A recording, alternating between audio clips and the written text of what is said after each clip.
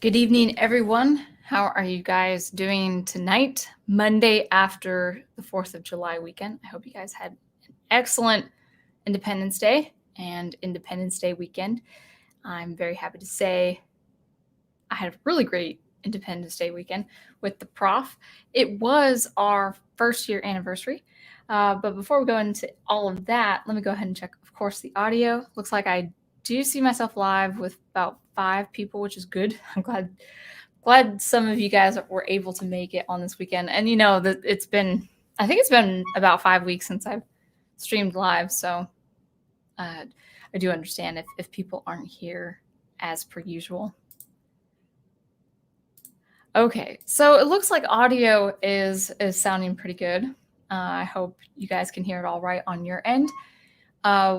We'll go ahead and welcome the first person to pop up in the chat, which is Lynn Green. Looking forward to this, though I will catch it on the replay. Well, thank you, Lynn Green. I hope you are doing well tonight, and I hope you enjoy what you hear when it comes to it. And Big Al, my supporter and friend, Big Al. Nice to see you going live again. Have a great stream. Thank you, Big Al. This will be really just a bonus stream. This is a bonus stream. I had today off teaching, not just because of the 4th of July weekend, but also because that particular studio I teach at Monday nights, they take the first week of July off, and then they take the last week of July off as kind of like a thing bridging into the next semester. So they like to take a couple weeks off in July for summer break, which is great. So I do have another Monday this coming July off, but I will not be streaming because I will be going to Virginia. Not permanently. That will be the following month, but I will be relocating. So I'm moving out of my apartment at the end of the month, really actually in about 3 weeks. So I will not be streaming live after tonight. And possibly not August. I don't know what my living situation will look like there. And also maybe September, maybe not. I hope to be traveling in September, so definitely back into October, where I would be doing live streaming frequently. But yeah, this is a bonus stream today. We're going to be talking about nostalgia and nihilism. But let's see, my Professor Geek. I'm ready for wisdom and beauty. Oh, that's so sweet. And yeah, I just had a terrific weekend, Prof. How was your weekend? I kind of wish it didn't end. It's just I miss you already. All right. Thank you. Look and sound great. Good. I am glad. And Big Al is here to say that same thing. And Melissa and Harrison Sons is here. Melissa Harris and Sons is what I meant to say. And congratulations on your new car. That's wonderful. I'm really happy that you have that new thing for, hopefully it'll ease some transitions and commuting and what have you there. Hopefully it'll make your life easier. It'll be a blessing to your life. And I see Daniel Heron, SoundGraver, cosplaying as Professor Geek. Cosplaying. I mean, I guess he's been streaming Mondays, sort of, because he's been really busy with schoolwork, so he hasn't been able to do any Monday night streams. But yes, my weekend was epic. I'm going to get in the car and head back down there now. I wish, but just about maybe 9 more weeks, and then it's permanent. Yeah, I'm pretty excited. So yeah, welcome, Daniel. It's good to see you in the house, and then also Shot Down in Flames. Nice to get a bonus stream. Yeah, I hope you guys like it. I think it's going to be slightly impromptu, but it's going to be. I fleshed out some notes real quick before streaming. So I'll have a lot to say from my notes, but then I'd love to hear your guys' bounce back and forth, see if you guys have any ideas. Or if you're catching on the replay, just go ahead and leave a comment, down below the description. And yeah. So anyway, what? Oh no. Oh my goodness. Oh man. Is this recent, Big Al? Oh man. Oh, that's too bad.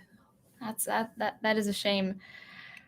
I tell you, let's keep preserving these classics, guys. Like really tooth and nail. We got to fight tooth and nail over this. Just really as a payment of respect, as homage to someone like Richard Donner for what he's done for us. So, my goodness. Well, that's, oh man, today. Wow.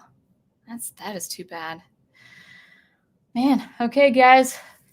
It's up to us. So, I do want to talk about nostalgia and how it leads, or how we've seen it lead to a kind of nihilism in the way of deconstruction in popular art. But let me go ahead and brief you guys on just at least one thing regarding my music.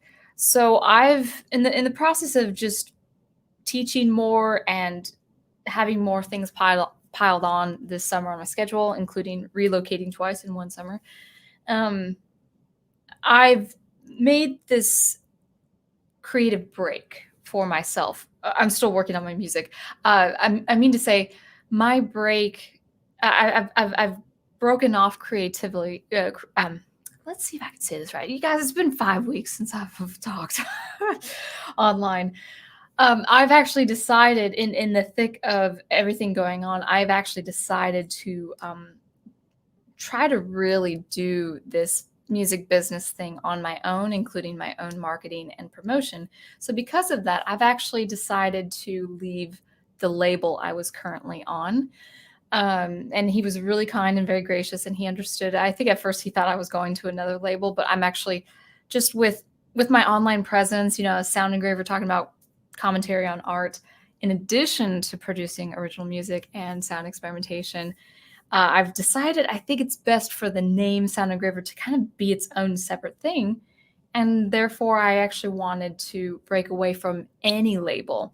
I've been on projects involving labels, and there's no stigma behind music labels. If you really do want your music out there, I would recommend getting your music joined, put under a label, especially a label actually like Wet New, where Jason, who's in charge of it all, he really does want the best for independent artists. So he's very fair with his terms, very, very fair.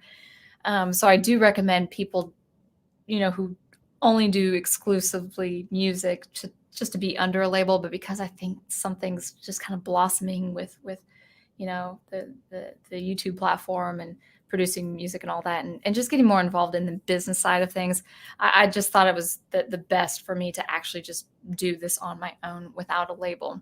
There actually is another reason for that. I really was heavily considering this, but the thing that actually made me decide it was because I actually was offered my first sponsorship video. I'm actually going to be dropping a video this Thursday that actually is sponsored by a music distribution platform called DistroKid. So it's my first sponsorship. I'm very, very excited. And I hope this works out. I hope as my channel grows, I've just reached 1,500 subscribers. As my channel grows, I hope to maybe land in on some other sponsorships. I got a recent email from another person trying to sponsor a video of mine, and I just didn't feel right about it. I was like, yeah, it involves music in some way, but I just don't feel right. With DistroKid, I do feel right. In fact, so right that I was thinking about using it as a service when I broke off from the label, when Sound Engraver is not part of that label. So DistroKid actually is a service I was already thinking about using anyway. So the fact that they reached out to me and said, hey, we'd like to have you do a video talking about a product, and I agreed. Hey, my Logic Pro videos are pretty popular. So what I have in mind is this about 14-minute video on Logic Pro. And then inside a minute, it's going to be about a minute worth of talking about this sponsor. And it was a really healthy sponsor. It feels authentic. It feels great. I hope it works out as far as, getting a little bit more out of it, but we'll see. But hopefully it'll land on more authentic sponsorships. Where was I going with that? There was a point to that. Oh, yes. The one reason why I bring that up is you guys might see ads on my channels, fronting my channels. I'm just going to be real with you guys. I actually don't make a cent off of those. I'm actually not eligible to be monetized yet as a channel. And so any ads you see, even if you guys run through, 2.5 ads, minute long, 2 minute long ads, let's say that. I'm actually not making anything because I haven't been eligible yet. So I hope people, not you guys, not anywhere in the chat, but I just hope people aren't turned off by the fact that I would like to do sponsorship videos, because that would really help. But any sponsorship I accept to do would be in the nature of my channel, which is music primarily. And it would be a service that I would recommend already to people, or that I would use myself. So there is that. I feel like I'm missing something else. Oh, yes. So going back to breaking off from the label, Wet New Records, which is a great label. If I decided to have stayed under a label, it would have been them. But all this to say is, you might see a suspension on my music. So if you guys, or people catching this on the replay, if you guys look at Sound Engraver on Spotify or iTunes, Apple Music, whatever the case may be, just know that I think that will be suspended. My music might not be available for at least, it could be unavailable for 2 weeks or something like that. So I'm not leaving, I'm still composing music, and I'm still working hard to producing music. But now I'm actually just branching out on my own. And so I'm going to set up my own account for distribution, my own Bandcamp page. I add that my current Bandcamp page actually will be taken down. And so I will start fresh, I think probably mid-July, maybe end of July. So yeah, a lot of good stuff, but just a lot of organization. It's just been a busy summer, but busy is good. Busy, busyness in the way of change and good things is always good. So hopefully that made sense.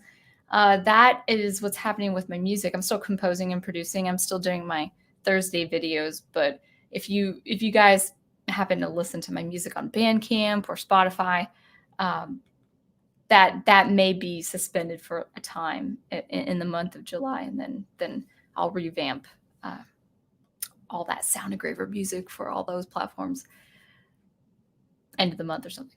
Okay. I do see that we have more people in the chat.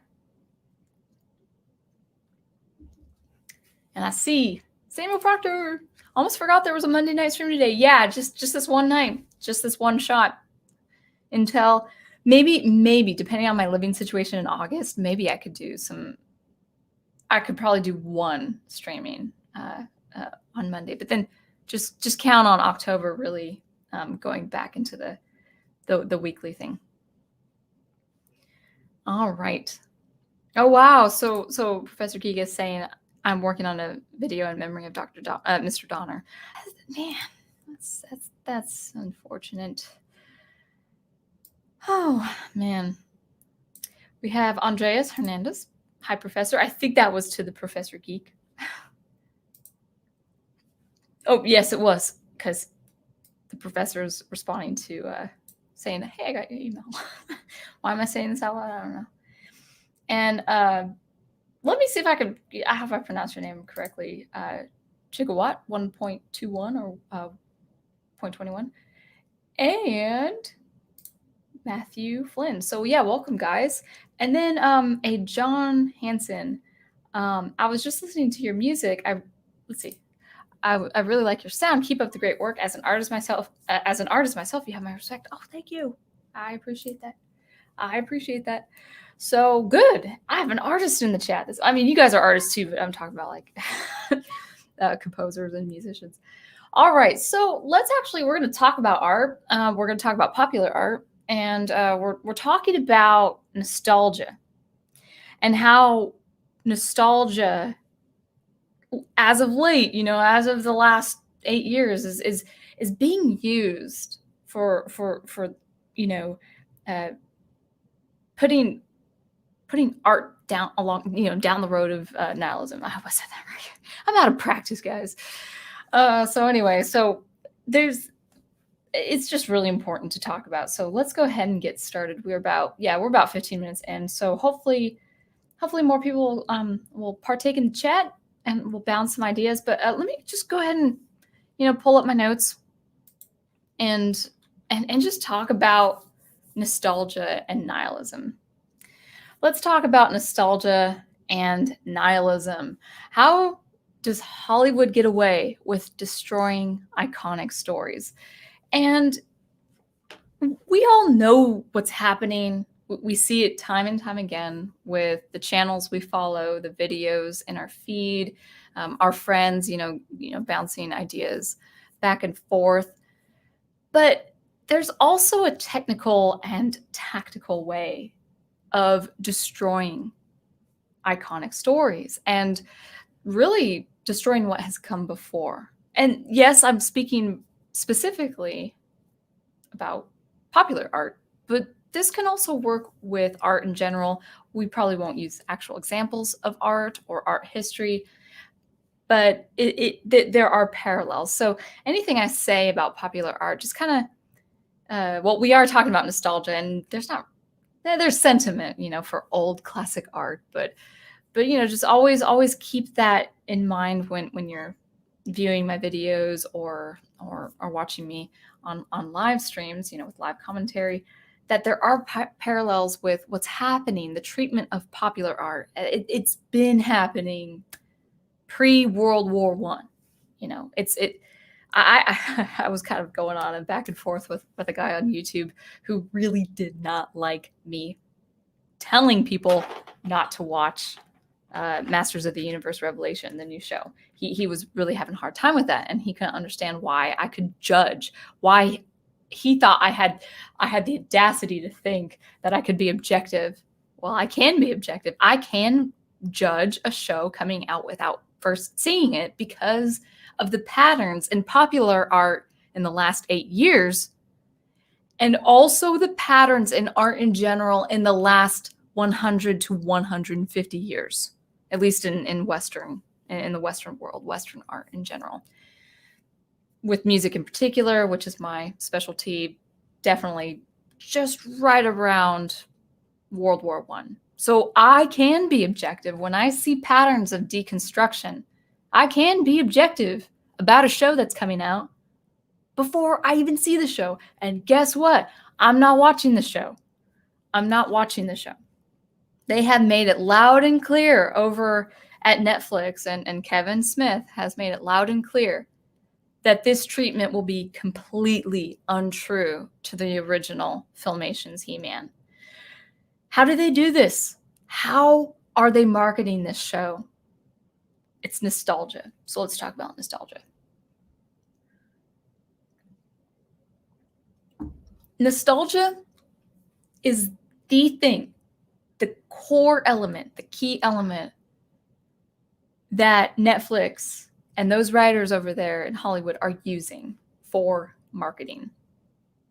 So Motu Revelation, that show, I'm just going to call it Motu Revelation just to abbreviate it. But that's how Motu Revelation is working in terms of marketing.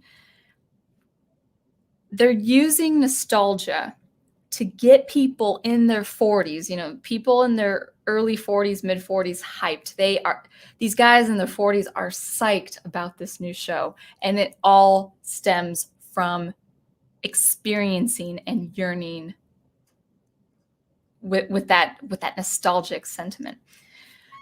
The first big indication of this, it's not even an indication, it's quite obvious, and that was the use of the use of 80s music in the first trailer. So we all know, if you guys are up to speed on the Motu news, we all know that Bonnie Tyler's song "I Need a Hero" or "Holding Out for a Hero," that song was released. I don't know when it was written, but it was released in 1984. It's very 80s. It's got the 80s instrumentation. It's got that 80s mood and atmosphere.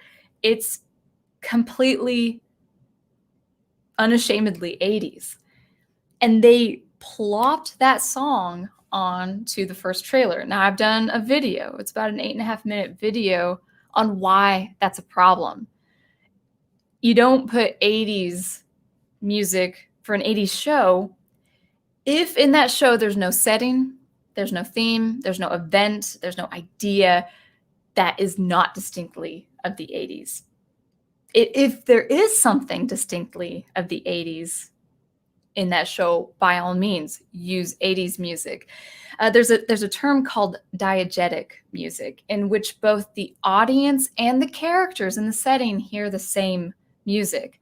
A great example is from the movie Xanadu, where Olivia Newton-John is singing one of the film's soundtracks, one of the songs of the film, but it's also heard through loudspeakers in an abandoned skating rink. So there are two characters involved in this abandoned building, and you can hear the song. It's definitely, we understand as the audience, oh, the characters, I can hear it through loudspeakers. I'm not hearing it through my speakers as I hear through headphones when I'm watching a movie. I'm not hearing it like a soundtrack only the audience can hear. No, the characters, I can interpret that the characters are hearing this song in this setting. That's diegetic music, and that can work. I gave the example that diegetic music of the 90s, 90s music can work in that way, in that diegetic context. For something like Gargoyles, which took place in 90s Manhattan, that Disney cartoon Gargoyles. So yeah, that the idea, it's not, I'm not against using 80s music or using 90s music, depending on the setting, but it has to be distinctly that setting for it to work. This insert of the 80s song by Bonnie Tyler is just, it sticks out like a sore thumb. I understand that people might not be aware of that if they don't know music and the function of music. Yes, I'm a professional. I'm a professional teacher and composer and musician, so I'm hyper aware of the use of music in different ways. Daniel, I bet, is also hyper aware, with his knowledge of film soundtracks. I understand.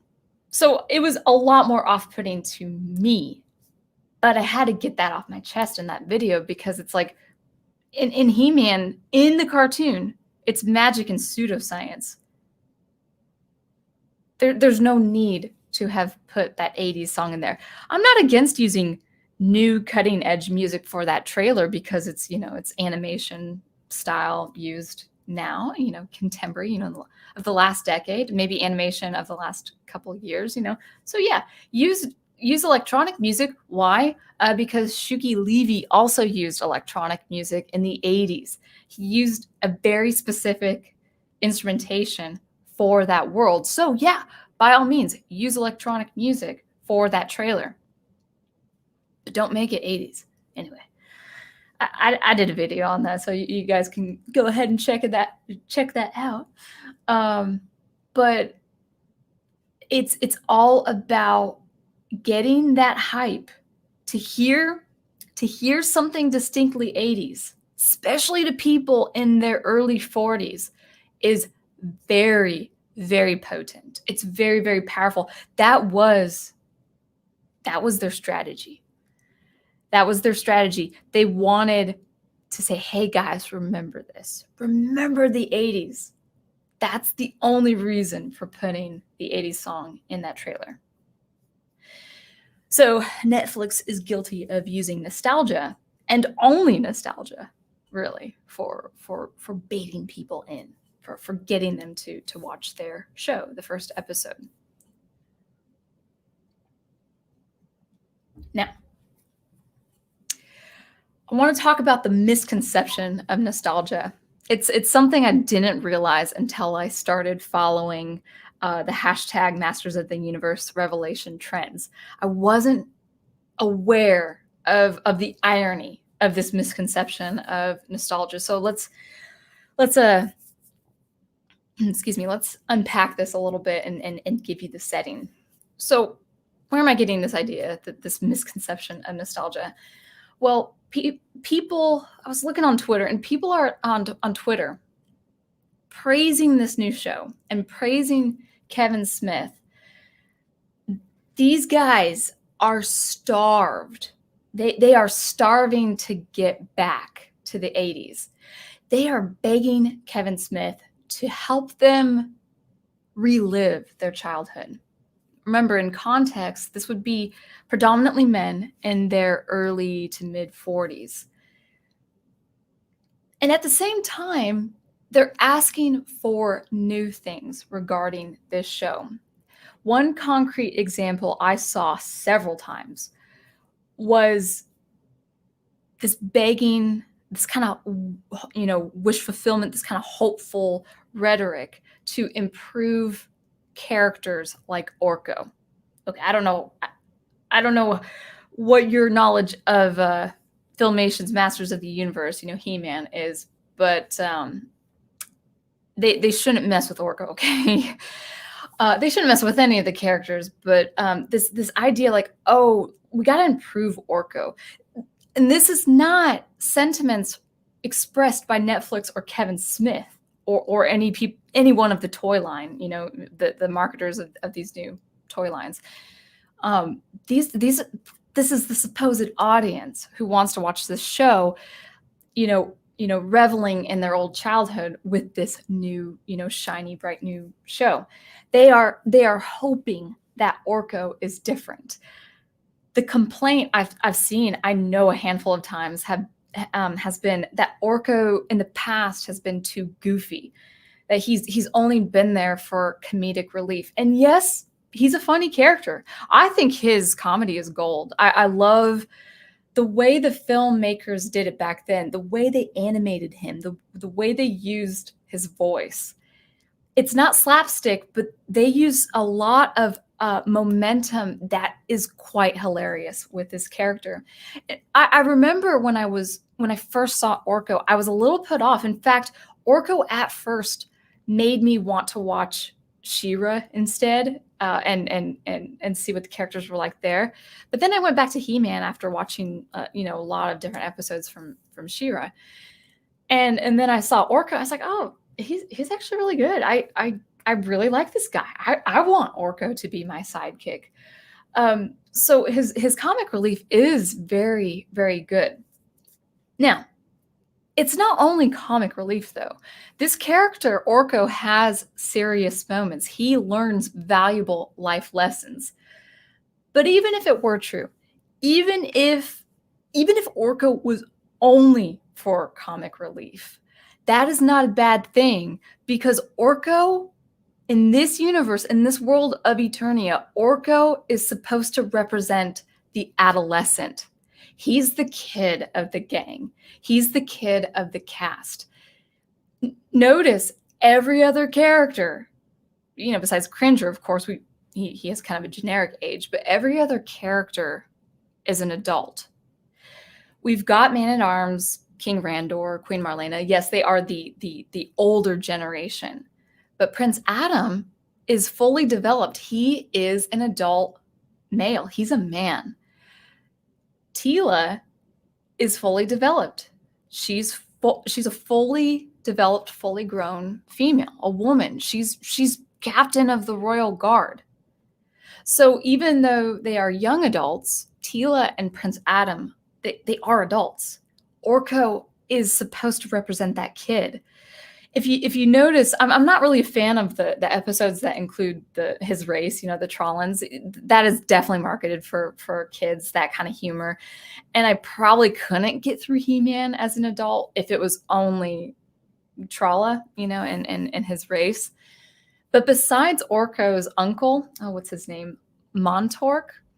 Besides his uncle, every other character I've heard so far has a kid doing the voice of the Trollan wizard, which implies that we have to see a kind of youth to Orko. Yeah, he's from a different dimension. He's got kind of this, he's completely hidden. That's the nature of his race, where I think I read it where they don't reveal their face unless it's to someone intimate, like a spouse. But Orko's cap and all that, it's got some depth and this unhidden dimension. He's supposed to be this mystical, magical creature, but he's also even if he's an adult in his world, among his race, maybe even maybe kind of like like a young boy coming of age, he's still supposed to represent the adolescent. So the idea that he's too goofy or he's only serving comic relief is a complaint that doesn't make sense to his character and how his character fits in the world of Eternia.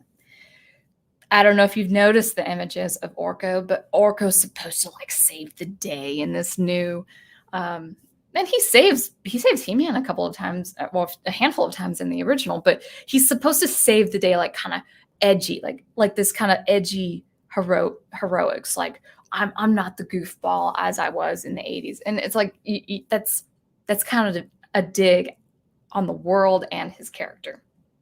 So on the one hand, these people on Twitter, they're just praising Kevin Smith for bringing back the show that gave them so many good memories. And then on the other hand, they're asking him to like up the ante, like, hey, can you make this character edgier? Can you make them just a little bit more hard and rough? We don't want the goofy comedic side. It's like, well, you don't know the world that you're asking for then. You don't know the world of He-Man or those cast of characters. So why the need to improve the classics? Excuse me, my cables my microphone cable was caught between my feet. So anyway, why do you need to improve the classic characters? I think it's because a complaint like that, a complaint like as I've described with Orko, I think shows that people think there's something lacking in Filmation's animation show, He-Man. They want the show of their childhood to be modernized. They want that show to fit in the year 2021. I think that's kind of ludicrous. It's actually been apparent, Kevin Smith has on video declared that the beginning of this show will be warm, and it's supposed to bring you back to that old feel, maybe, when you're 7 or 8 years old and you don't have school that day, you're in front of the television and you're watching not just the shows, but also the commercials, with the toys. It's supposed to have you, reminisce what's past. But then he does say this on video, we're going to grow the show up. So I find this ironic. This is a side note. This is outside my notes. I find this ironic that you're revamping a show that was a kid's show. It's a children's show, and you're targeting the people in their 40s or older, depending on how when they grew up at the time of the release of that animated show. You're targeting them because they lived there as kids, but then you want to grow up the show. So it's like, what is that saying? It's you're dismissing what's come before, and you're already admitting that something is lacking in that old show because you feel inclined to grow it up. The way to revamp Filmation's animated show now is to keep it integral to that younger demographic, the 8-year-olds, not the 40-year-olds, the 8-year-olds. The 40-year-olds can enjoy that show with their children or with younger family relatives. It's that show's not supposed to grow up just because you who watched that show 40, 30, a little 35 years ago, it's not supposed to grow up. You grew up, but you can go back to it and say, oh, that's cool. I'm glad they did that. But no, this entitlement, like, no, I mean, that's a kid's show when I was a kid, but now it has to grow up with me. That's not the point. revamping, refashioning that show should stick to the original, the heart of the original and the nature of the original.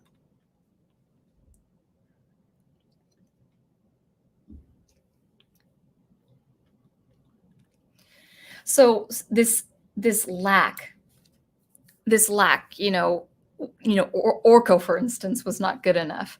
That's just one instance. But this idea of lack, what is lacking in the original Filmation show? To me, nothing. It's good as it is, and we should preserve it at all costs.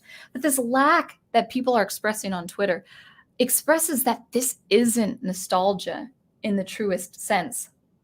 People reminisce about their past experience, but they are also simultaneously dismissing the show that first brought them that experience.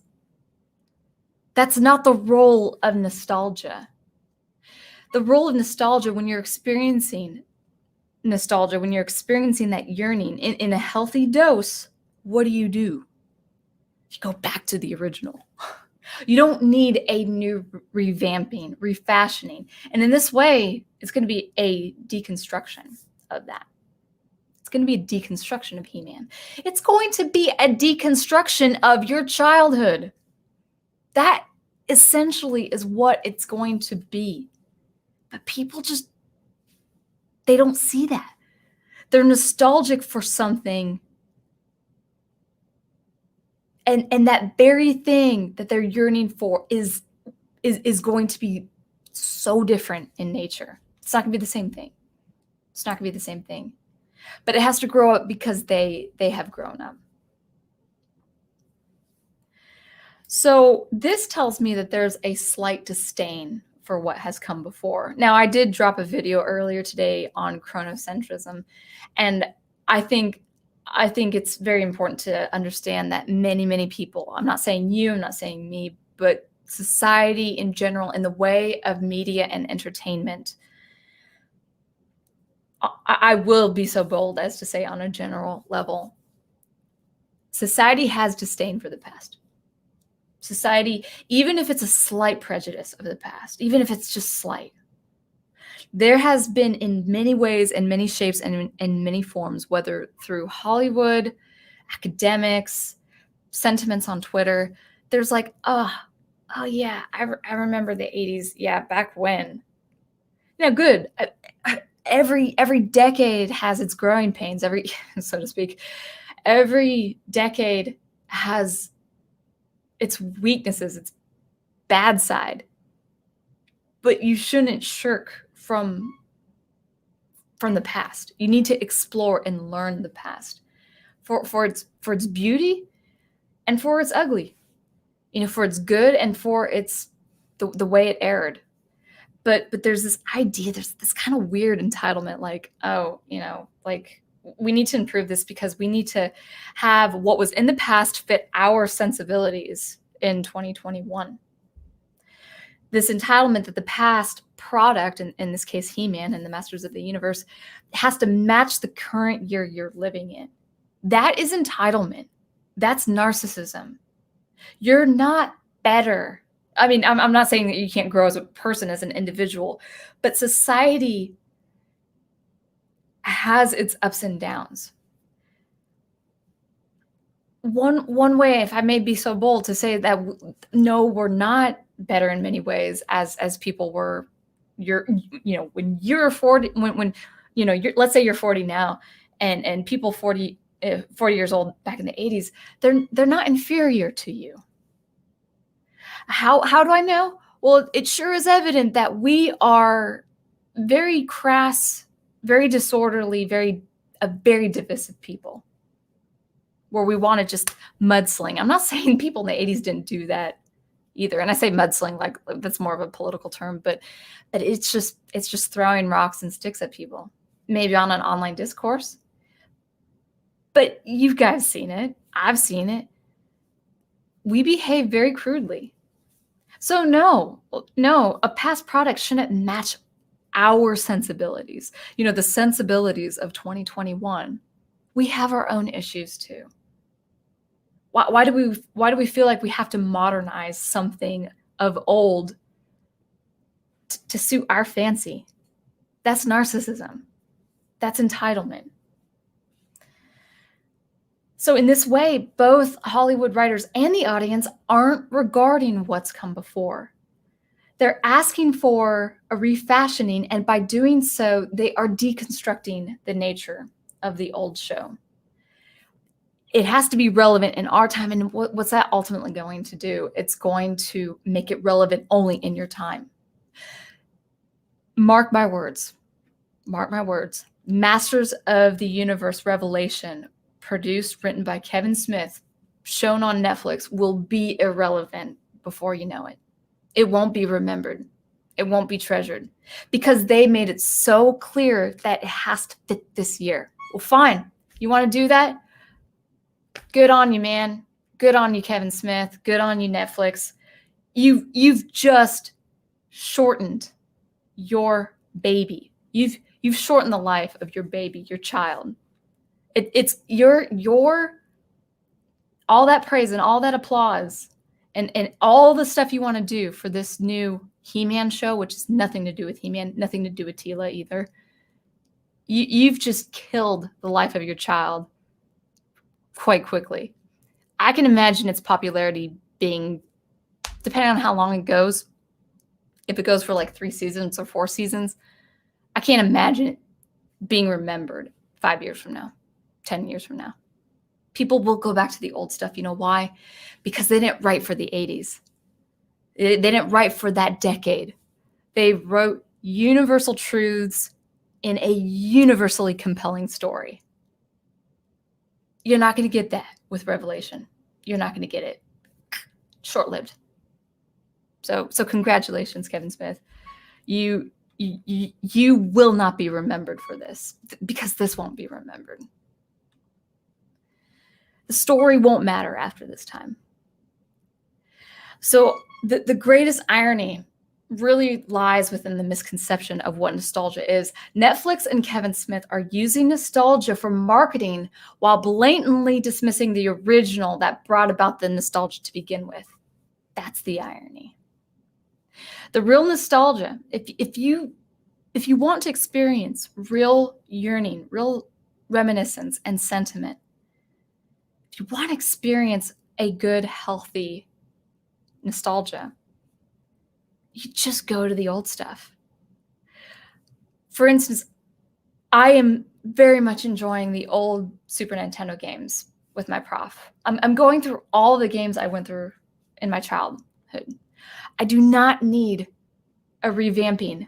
I don't need a revamping of the original Super Nintendo games, even if it means a fully immersive VR experience of all those old levels. Like let's say the Super Mario course is a VR experience. Oh, sure. I'm not saying I would dismiss that. I'm like, I don't need that. Like I would, if I had the ability or the money or the time to experience that, if I had the accessibility to experience such a thing, of course I would. That would be really fun. But do I need it? No one has to propose that. For the world of VR, no one in VR ever has to propose that to me. I don't need to experience that. This kind of nostalgia is healthy. You go back to the old stuff. To satisfy that yearning, you go back to the old stuff. You don't need the new stuff. I'm not against a reimagining. I wouldn't be against a new animated show of He-Man if it stuck to the true nature of He-Man and the true nature of the world of Eternia. But because it is evident that we won't get that, I don't need it. I don't need it. I'll go back to the old show. So that's my take. That's my take on nostalgia, that actually Netflix, Hollywood in general, are strategically using nostalgia in marketing to push their nihilism. Now, my only consolation in all of this, in all these franchises that we're seeing in the last 8 to 10 years, my only consolation is because they push this deconstruction of all the old shows, eventually it's going to be rendered irrelevant. The culture's not going to even remember it. It's going to be an afterthought before the last season airs, guys. That's my hope anyway. Maybe while it's running, people will be all excited and hyped for that, but it's not going to last long. It's not going to last long. It is not going to have the girth and the longevity as the old, because remember, when the old was written, it wasn't written for that time. It was written with traditional, universal values of what it means to be a human being and live as a human being, as a human person, among others. It taught us what that show taught us as kids what it's like to be a decent human being, a hero even. There's going to be no heroism. Any heroism you see in this, well, I hope you guys don't see it, but any heroism that would be seen or shown in that show is already contrived. It's already a deconstruction of it, because the main character in the show, Tila, already has disdain for heroism, because she believes it's all been built on a lie. So anyway, that's my take on nostalgia and how it can lead to nihilism, how it's that trajectory leading to irrelevance. They did it to themselves. So we'll see how it goes. And if you guys disagree with me on that, that's fine. But hopefully, guys, you liked that.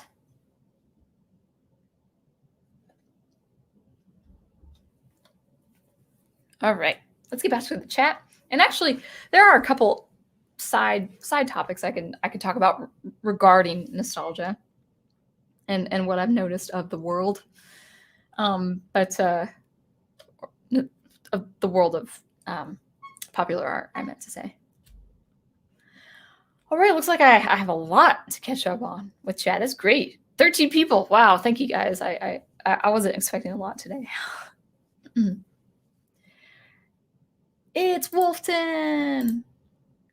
Came as soon as oh, hey, there's Engraver. Yes.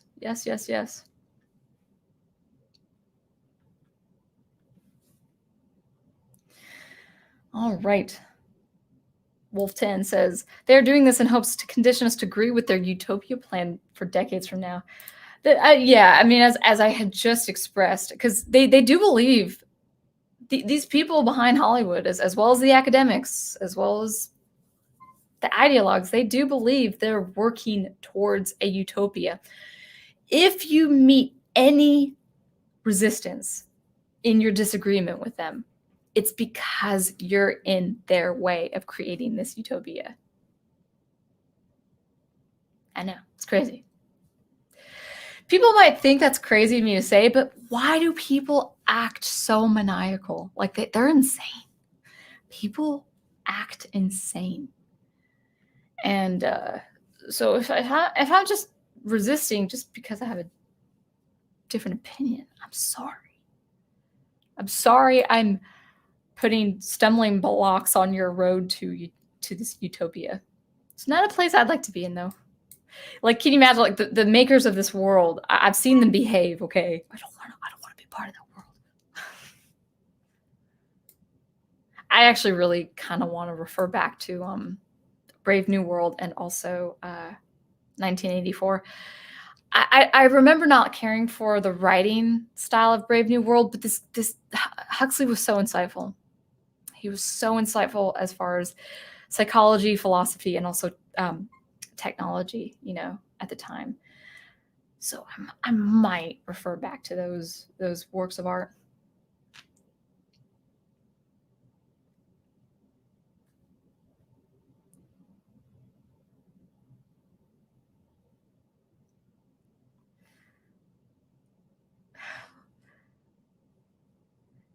Remember, guys, we'll try to stick to the code names, not the colloquial.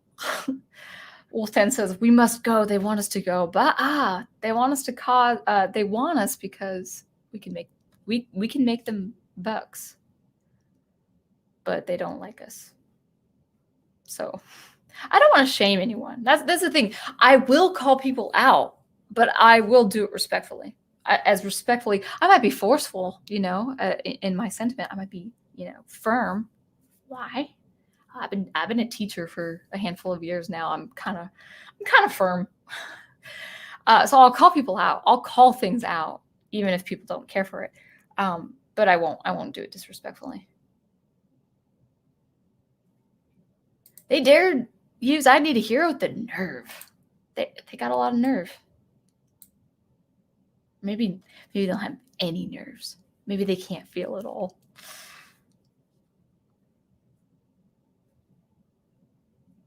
Let's see. Andre says, what about the original songs made for the movie? I mean, I don't.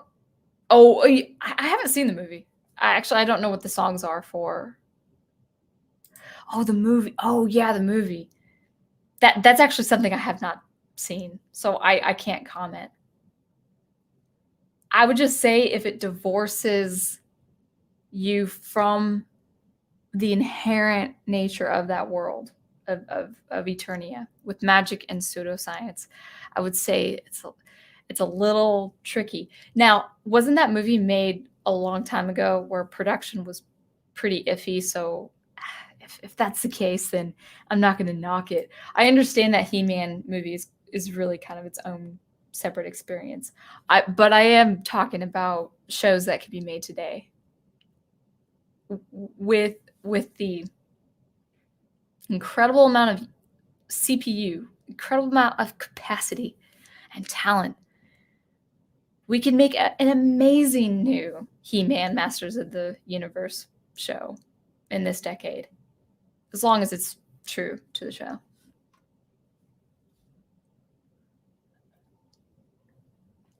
Gigawatt says, all of the 1980s is nostalgic now. The 1990s to 2000s, it was the 60s and the 70s that Hollywood focused on.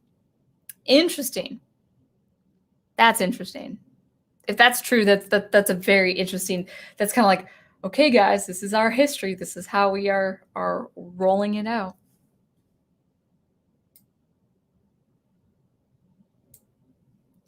Melissa recommends the Samurai Jack comics. They are fun.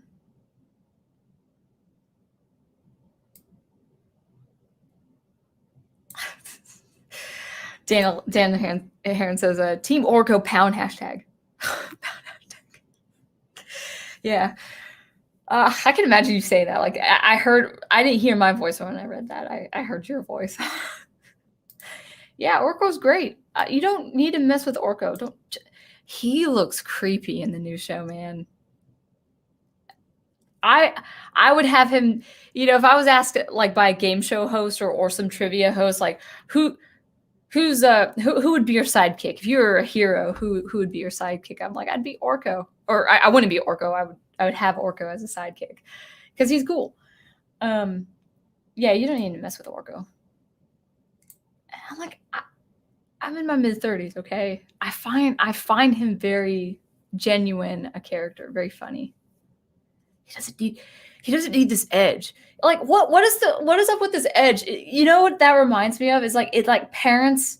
I did see this in 90s sitcoms, the trope was like the parents were getting kind of too old for the kids, so they'd like dress in the denim jackets and like, be that rocker, and and it really embarrassed their kids, but because they were trying to be too cool, and it just didn't work. That's what these guys on Twitter begging this of Kevin Smith is asking. That's what it looks to me. It's like, we got the ludicrousness of asking a writer to make someone like Orko edgy. We need to make him edgier. We need to make him darker. It's like, why? Now, obviously, to me, that shows there's some shame of the original character. But it's like, this should be a non-issue. Really should be a non-issue if you think about it. Orko's fine. He didn't do anything. And his design is great. His concept is great. His lore is great. His other world, his other dimension is great. It's like, I don't know. Yeah. Hashtag justice for Orko. Because he looks like one thing they're doing really weird with his design. I mean, a few things. Let's name these 3 things. The first is his eyes.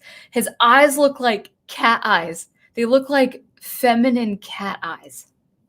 They look like actually the eyes of Driel. She had like green eye color, and she her eyes were very accentuated to show that she was quite female. Well, now this looks like Orko, but it's like yellow eyes. So with the dimensionless black head, it looks like a cat behind a bush. That's kind of what it looks like. And then they don't bother keeping his sleeves down. Like he has to have his sleeves rolled up. Like I mean, are we supposed to see he's athletic? He should be pretty much nondescript as a character. Certainly not in any way relative to the human form. We shouldn't see sculpted Orko arms, guys. That's kind of creepy. And then to top it off, great, he must have taken up guitar because he's got these long fingernails. It's like, did he learn to play the lute or something? Because he's got fingernails now. He didn't have fingernails. He didn't even have he just had nondescript hands, like the average cartoon characters. And that can still work in new animation. He didn't even have nails. He was just this nondescript wizard of a different dimension.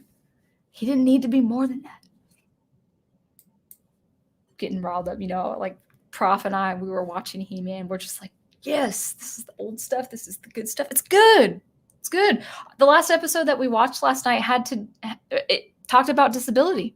Talked about writing a very good disability character and how the characters around him had to learn from experiencing his weakness.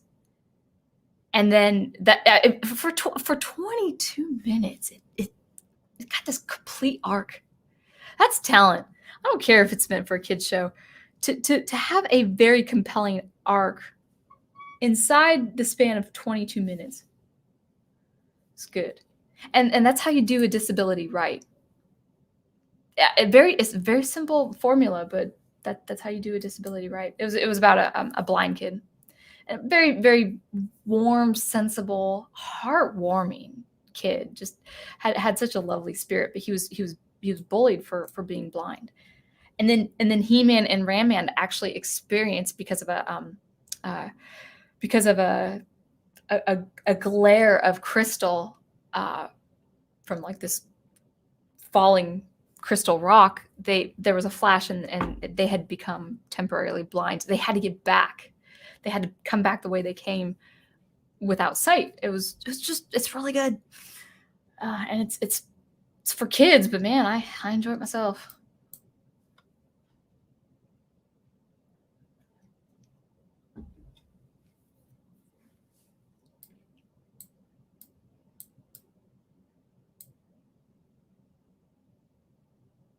All right. Let's see.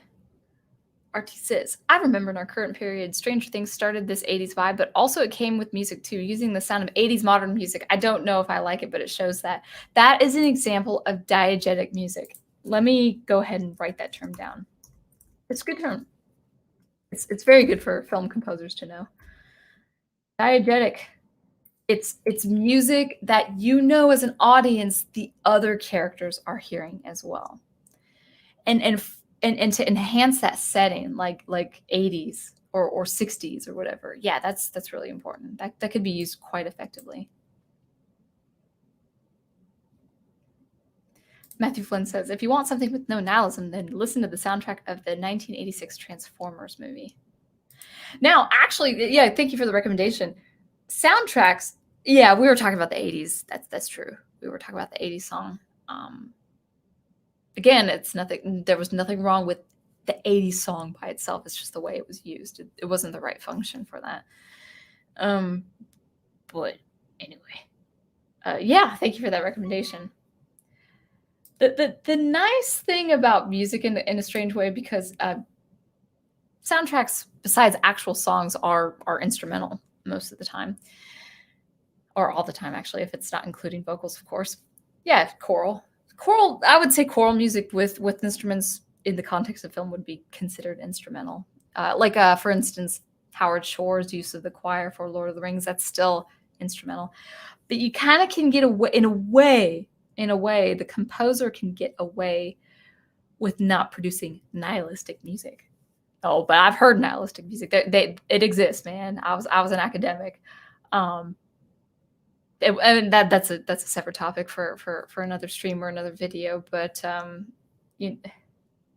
the music itself, like if you were to separate a soundtrack, let's say, we'll just keep talking about this new Motu show. If they use what was his name? Oh, who's the guy? Bear something. His first name is Bear, or at least his first name of the artist is Bear. What's his last name? Anyway, the composer. McCrea? I can't remember.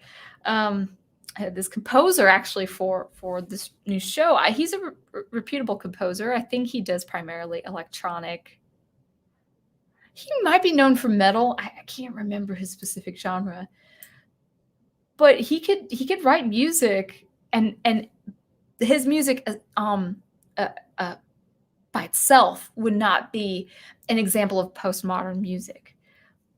But if it's there to serve the deconstruction of that show, then yeah, that's part of the art, the whole art in general. I hope it makes sense. What is that? What is that man's name? He's kind of an important figure. I should look this up. Motu Revelation composer Bear something. What was his name? I think he's an artist and composer. All right, we're gonna. As far as names are concerned, it's no, that's the classic. See, Wikipedia doesn't even have this. I'm just kidding. If someone can find his name, I think Bear McCreary. That's his name, Bear McCreary. He wrote for The Walking Dead and Battlestar Galactica. So he would be known for that kind of mood. So he would fit for that kind of mood. I think it could work. But we'll see.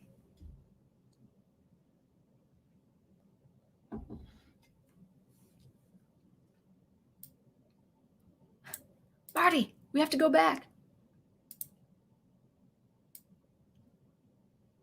Yes, thank you, John. There's a difference between nostalgia and respecting the source material. Well, I mean, I would say yes, but I have to say it's integral. Why do you have nostalgia? Not you, John, just the general you. Why do you have nostalgia for something, but you don't go back to that thing which provoked your nostalgia in the first place? Why do you need a refashioning of something? That I don't understand. But anyway, Chigua says, yes, current year. I don't like that. I don't like that in the language we use today. It's like, how do we modernize this to fit 2021? It's like, by isolating that number, that 2021, guys, it's 12 months. Okay. How do we make this fit inside a 12-month frame? It's 12 months. I would cut people some slack if they said, how do we fit this decade? How do we fit the 2020s? I guess people don't like the year 2020, so they're just trying to ignore 2020 altogether. But the idea is this like, we have to impose our sensibilities that we are currently experiencing this year alone. By the way, actually, before I forget, speaking of nostalgia, like a good kind of nostalgia, I don't know if you guys can see that. There it is. Rareware, the greatest company collaboration with Nintendo in the 1990s, with the Donkey Kong Country series, all that good stuff.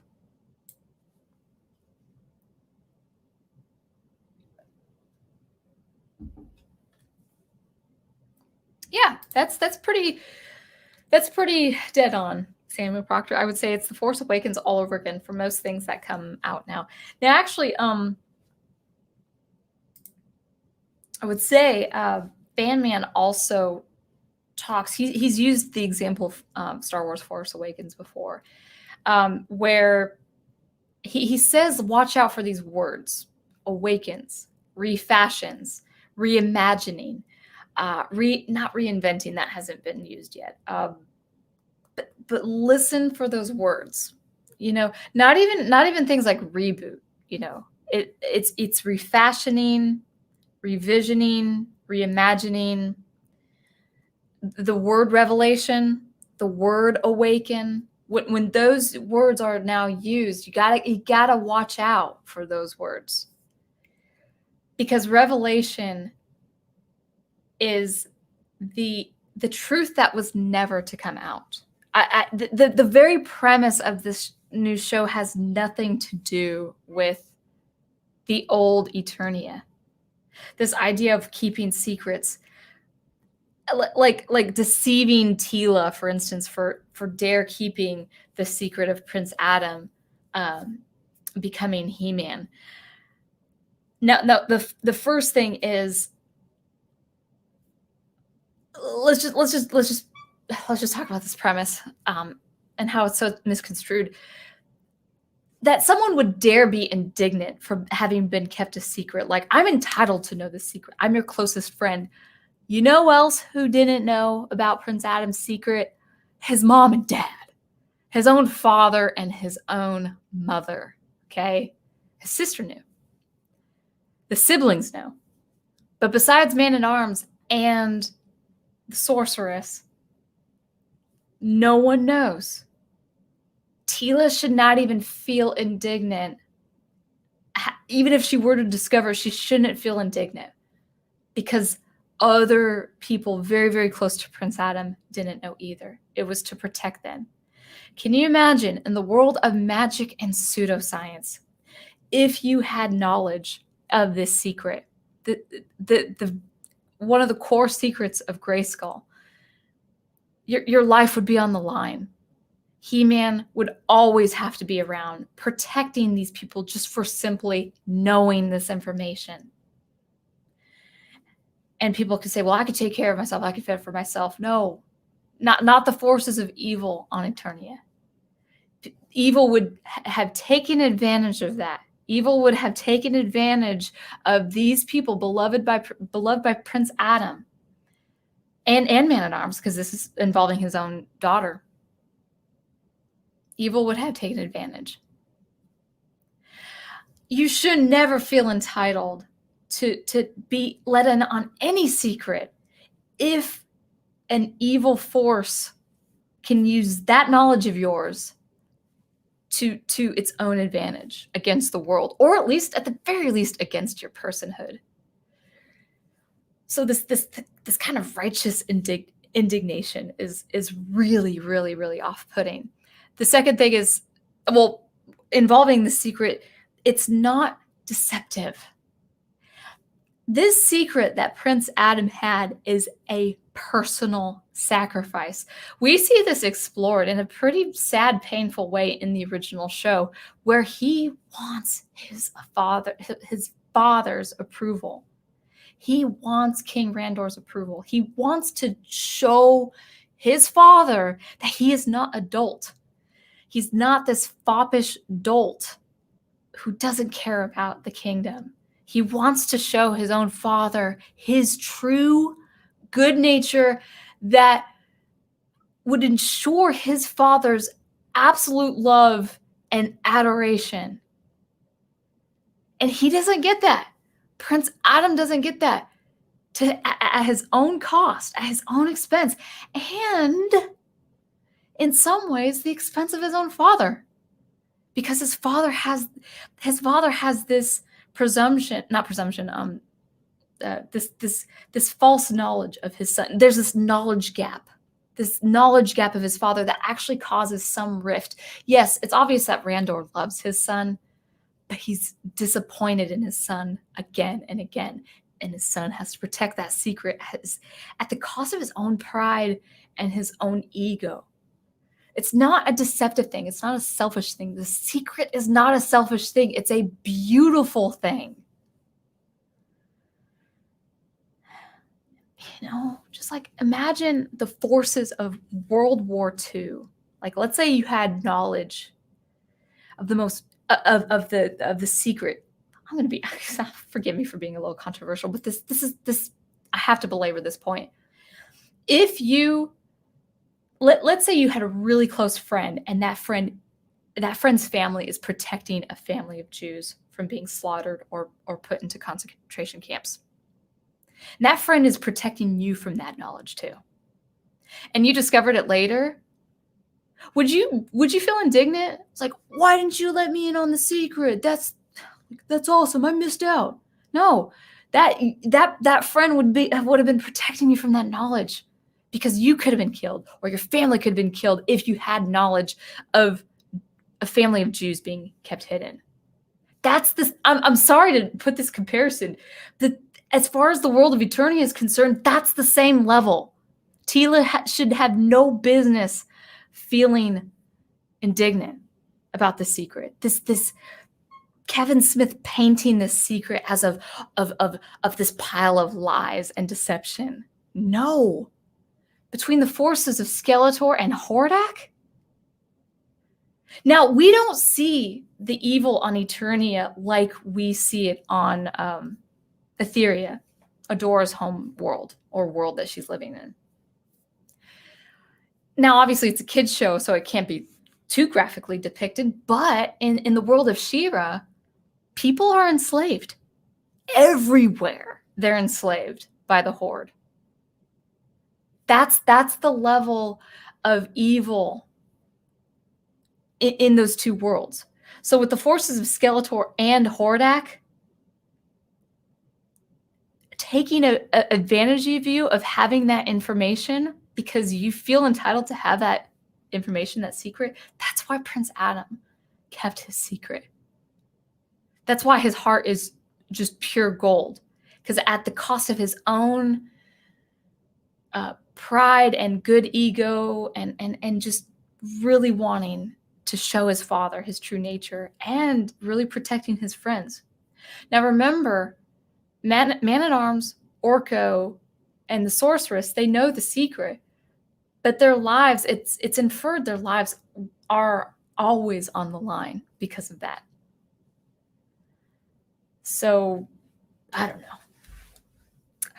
Guys, if I talk about He-Man on my streams, expect a lot of rants. Anyway.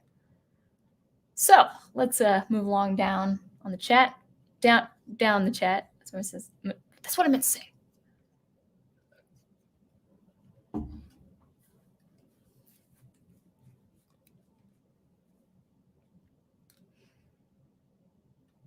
It's Dr. Y with a new avatar. Oh, that's cool. That's a cool avatar. Oh, that's awesome. That's cool. Very, very nice art. A stream special, a surprise to be sure, but a welcome one. I hope so. I always hope I'm entertaining you guys with some education and insight and all that grand stuff. Would you ever check out Thundercats 2011? Well, maybe, but I've actually, after we finished season 2 of He-Man, I'm watching the original Thundercats. I did watch Thundercats as a kid, but I barely remember it. I was really, the only thing I truly remember is Hanna-Barbera and Nick at Night. Those are the things I grew up with. I don't remember Thundercats at all. So it'd be fun to see that, just from a storyteller's position, from a writing position. People can kind of make fun of me for like watching these older cartoons, but from a writer's perspective, these were writers who wrote these shows. These were writers my age now, maybe their 40s and 50s. These were reputable writers, so it's really important to understand. It's important to understand how to develop a very concise arc with character development in an episode under 22 minutes. So awesome. So cool to think about.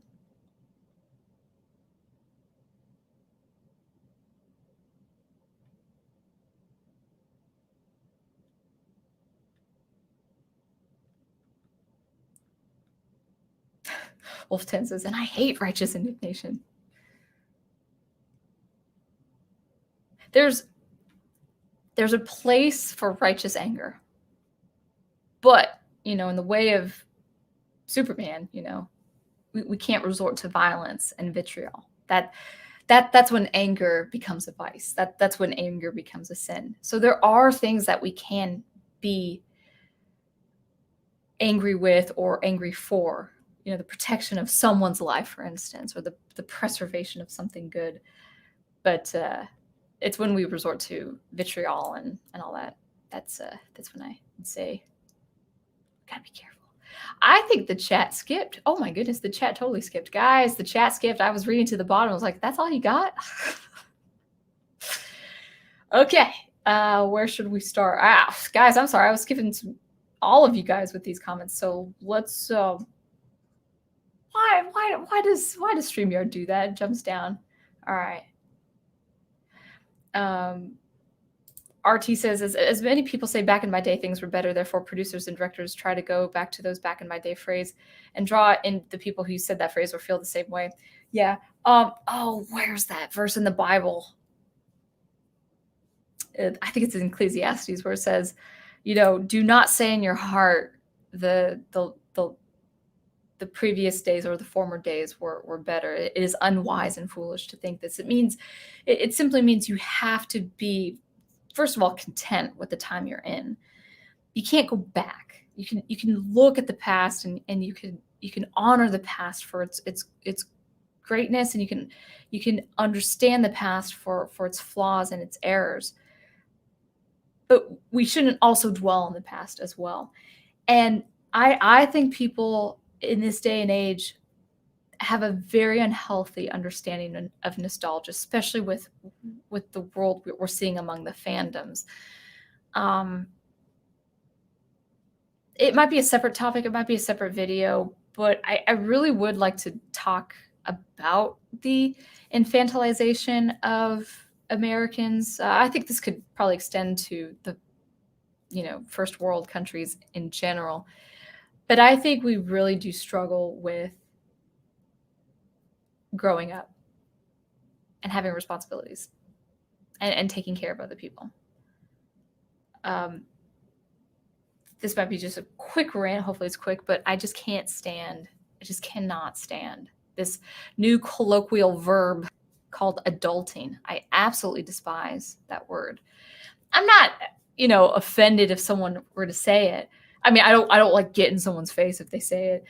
It's just, okay. If you can vote at 18, if you can get married legally, appropriately, get married at 21, if you can have a husband or a wife and have kids in your 20s, if you can maintain a home, if you can vote, if you can pay bills, you're an adult.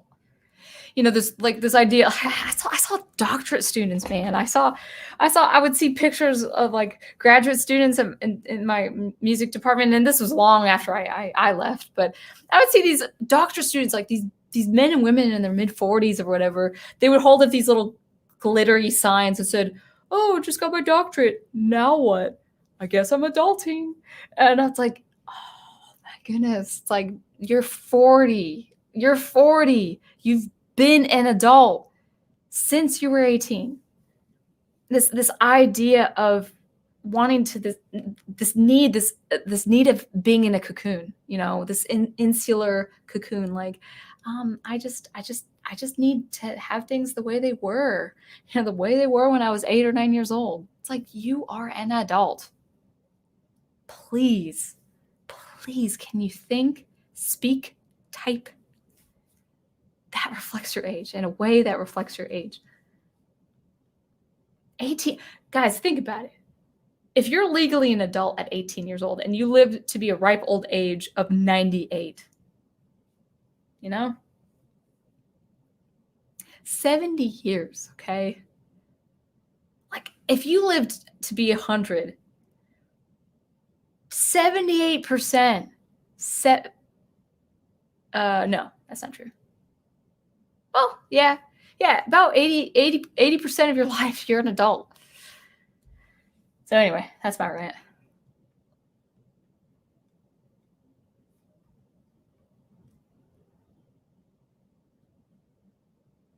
Dr. Y says, I saw a video, excuse me, if I could read it. It's been 5 weeks. It's been 5 weeks. Let me take a swig of water. I saw a video where a guy said why he likes Star Trek out of all the other sci-fi stuff out there. He said, let me see if I can read this correctly. I saw a video where a guy said why he liked Star Trek out of all the other sci-fi stuff out there. He said that it was one of the few stories that showed hope for the future. Yeah, well, back when Star Trek was to be admired, right? Yeah, but that's a good point, and that actually is an anomaly. That is atypical of classic science fiction. Science fiction was really used as warnings to us about what the future could hold if we were not careful. Because why? We're human beings. We are under this human condition that can really get us into trouble if we're not careful.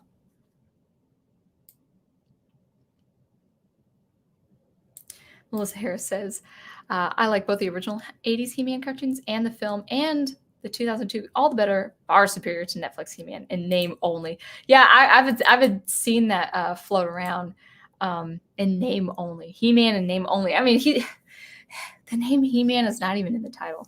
And guys, did you see that trailer where it looks there's like a flash toward the end of the trailer where Tila is battling He-Man? Come on. But to make matters worse, he looks evil. He looks maniacal. He has just like it was with Man of Steel, guys, he has like the two red beady eyes. Like, I'm evil. And people, I see it in the comments. I see it on Twitter and I see it in the comments too on YouTube. People are convinced that's Faker.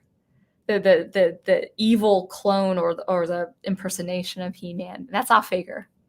That's not Faker. That is the deconstruction of He-Man. And people say, you can't judge that before you've seen it. Man of Steel, Last Jedi, to name the major ones. Captain America now, with what's happening in the comics. You really think that's Faker? I hope I'm wrong. I hope that's Faker. That's not Faker.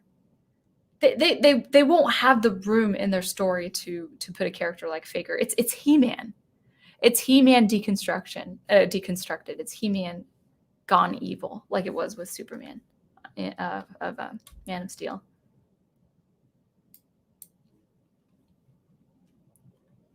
John Hansen says, I feel like nostalgia used today is like a Trojan horse. We're so caught up in the appearance, but we don't realize what's inside until it's too late. Absolutely. Well, besides the people who are overly cautious now, but yeah, I think a lot of people who eat this stuff up too they're just not concerned with the original anymore. They say it's nostalgia, but it's obvious it's not that. It's obvious they have no regard for the original. I had this girl, I didn't troll her. I don't troll, but I kind of insert myself in some of these comments, these threads. And I had been doing a particularly frequent inputting the last couple of weeks with the hashtag Masters of the Universe Revelation trends. And there's this one girl, I think she's a model, but I know she does she cosplays and she does a lot of cosplaying. And she wrote to Kevin Smith, she's like, Tila better be centric, or I can't remember what she said. She better be the main character because I want to cosplay her. And I sort of, what did I say? Well, first of all, I put in the classic, actually the image on the left you see of the classic Tila. And I put I put that image responding to her, and I said, well, even if it's not, you have this Tila to go to. And she said, LOL, so bad, it's so good, right? As if the classic Tila was bad. It's like, that's not bad. What's so funny about that? That's a beautiful picture of a beautiful head of a beautiful woman. So bad, it's so good. It's not bad. But this embarrassment, this like, oh, this like look how cheesy this animation looks. It's like, that's actually not bad animation. And then I responded to that with well, I could never attain those new arms that the new Tila has now. I couldn't hope to attain those as a woman. What's she doing, trying out for the Eternity's basketball team? That's what I said. She didn't respond. But I had to do that because it's like, I actually did. I put another picture of Tila, like just this, you know, she's. Women have biceps and triceps, but not like how men have biceps and triceps. And that when both women and men have sculpted arms, the shape of those arms, the way the biceps and triceps are lining up is different. It's different. It's just like, no one cares for aesthetics anymore. No one. Anyway, gosh, guys, I'm on a roll. I'm ranting. He-Man means a lot to me. As if you couldn't already tell, He-Man means a lot to me, including the characters like Tila and Man-at-Arms. Let's actually, oh gosh, let's go on a rant. Because I'm not streaming until October, okay? So I have to get everything out of my system. And also, He-Man is to be aired, or Masters of the Universe Revelation is to be aired end of July or last week of July. So I got to get this off my chest. Okay, obviously we have so many problems with the aesthetics of Tila. She has guy arms. She looks like she's trying out for the basketball team. But it's like, is she 6'1"? Is she 7'1"? What is she supposed to be? And actually, if you see the fighting in the first trailer between her and Evil Lynn on some shots, just put a pause there, kind of be inspired by this dynamic pose. Her thighs also are fairly masculine. They're kind of feminine, but they're not. They're thick, but they're not thick like the thickness of women's thighs. So she is supposed to look like the broad shoulders masculine. If you compare this new Tila with Sinbad, what's that movie called? Sinbad Legends of the Seven Seas, I think it was, that Disney, when was that? Was that 1998 or something? It's that Disney animated show with that mythical character Sinbad and that one goddess character. If you take a look at images of him, Tila has way more muscle than him. Now, obviously, the style is different. I know. But it's like, I mean, even without the muscles, like the high defined muscles of Sinbad, we could see that he was masculine. Anyway, Man-at-Arms, I saw a picture of him. I think I think he's like smoking a cigar or whatever. He has to be taken down a peg or two. Sorceress, her voice sounds like it belongs to Evil Lynn. That I have a problem with. And I think that's it. I don't know what else to rant about. Oh yeah, Trapjaw. Okay, so Trapjaw has the helmet. The helmet and his mouth, his lower half of his jaw. His very name's Trapjaw. His jaw is his helmet. His helmet is attached to his jaw as part of his helmet. Part of his character is that you chuck a lot of items at him, like bricks or pieces of metal. He sword, like if there's a sword coming at his face, he'll chomp it in half. That's part of his character. So this new Trapjaw has his helmet. It's pink, and his head is green, but there's a mouth sitting behind the mouth of his helmet. It's like, did you guys even try? You can't be ashamed of the original design of Trapjaw. That design is genius. That's essential to his character. You check major rocks at his head, he's gonna chomp at it like, that was good. Can I have more? Like, he eats the things you throw at him for lunch. There's nothing wrong with that design. It's a really cool design. And somehow, like, this powerhouse thought it was a good idea to put a mouth behind the mouth of his helmet. And it looks dumb. It doesn't look good. It looks clunky. It looks like a mistake. It looks like that he found that helmet from a scrapyard. Maybe it was like a descendant of Trapjaw. Maybe Trapjaw was a grandfather, and then like his body's buried in like a junkyard or something, and then this new guy takes the helmet. That's what it looks like. It doesn't look like anything clever.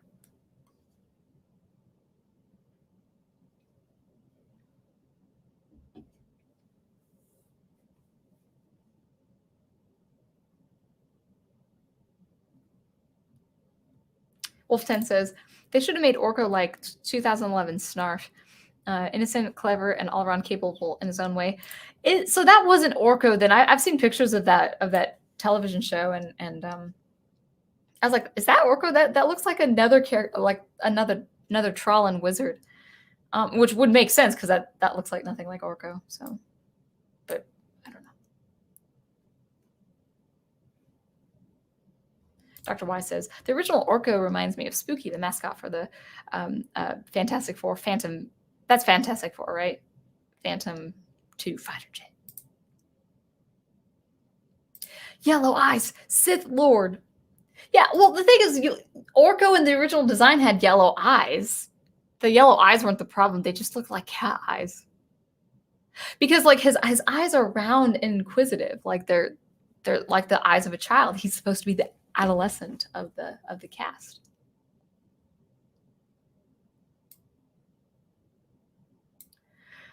Oh yeah, Final Fantasy IX VV. Is that the yeah? I think let me double check who you're talking about, because I think I know who you're talking about.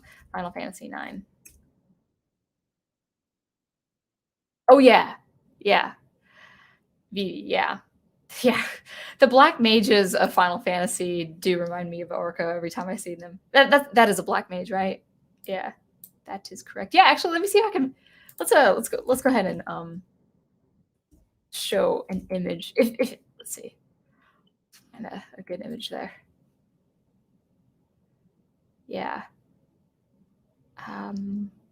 Yeah. All these pictures look innocent enough. You ever look at images and just like deviant art ideas? So let me share this. Yeah, this is it Vivi or Vivi? I don't know how to pronounce the name. But let's go ahead and share this if I can. Is it letting me? Let's say. Does that work? Is that working? Yeah, there you go. Yeah, so this always, yeah, when I see this kind of looks like Orko. Now Orko does, let's see, kind of something like this. Except Orko floats. Now Orko, he floats, but he also has pupils. But yeah, I like that look a lot. I really do like that character design. All right. So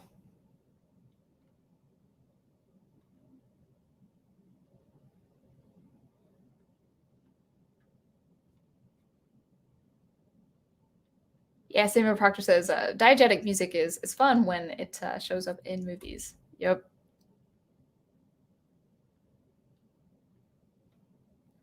Some references, I don't know.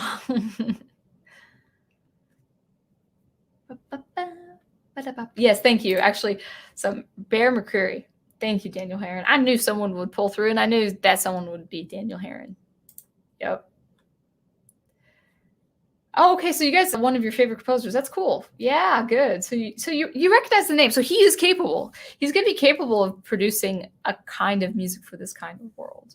So, all right. Okay. So let's see.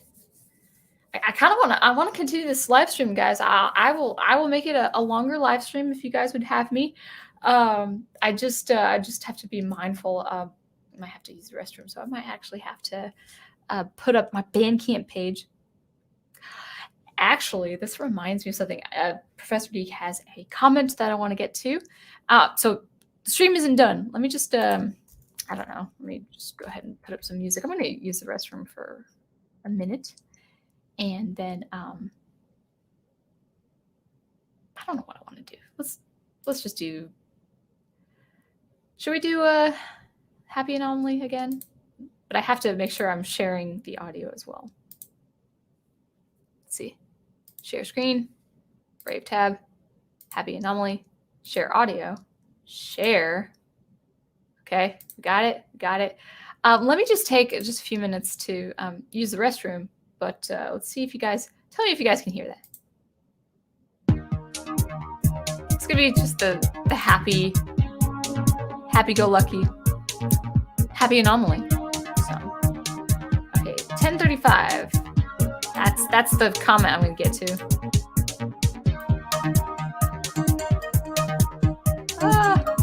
All right, man, lots of people. Okay, man, we're gonna take a break, and then we'll just do a little bit of a longer stream depending on how you guys are doing. I wonder if you guys can hear me. Can you guys hear me? I'll stop.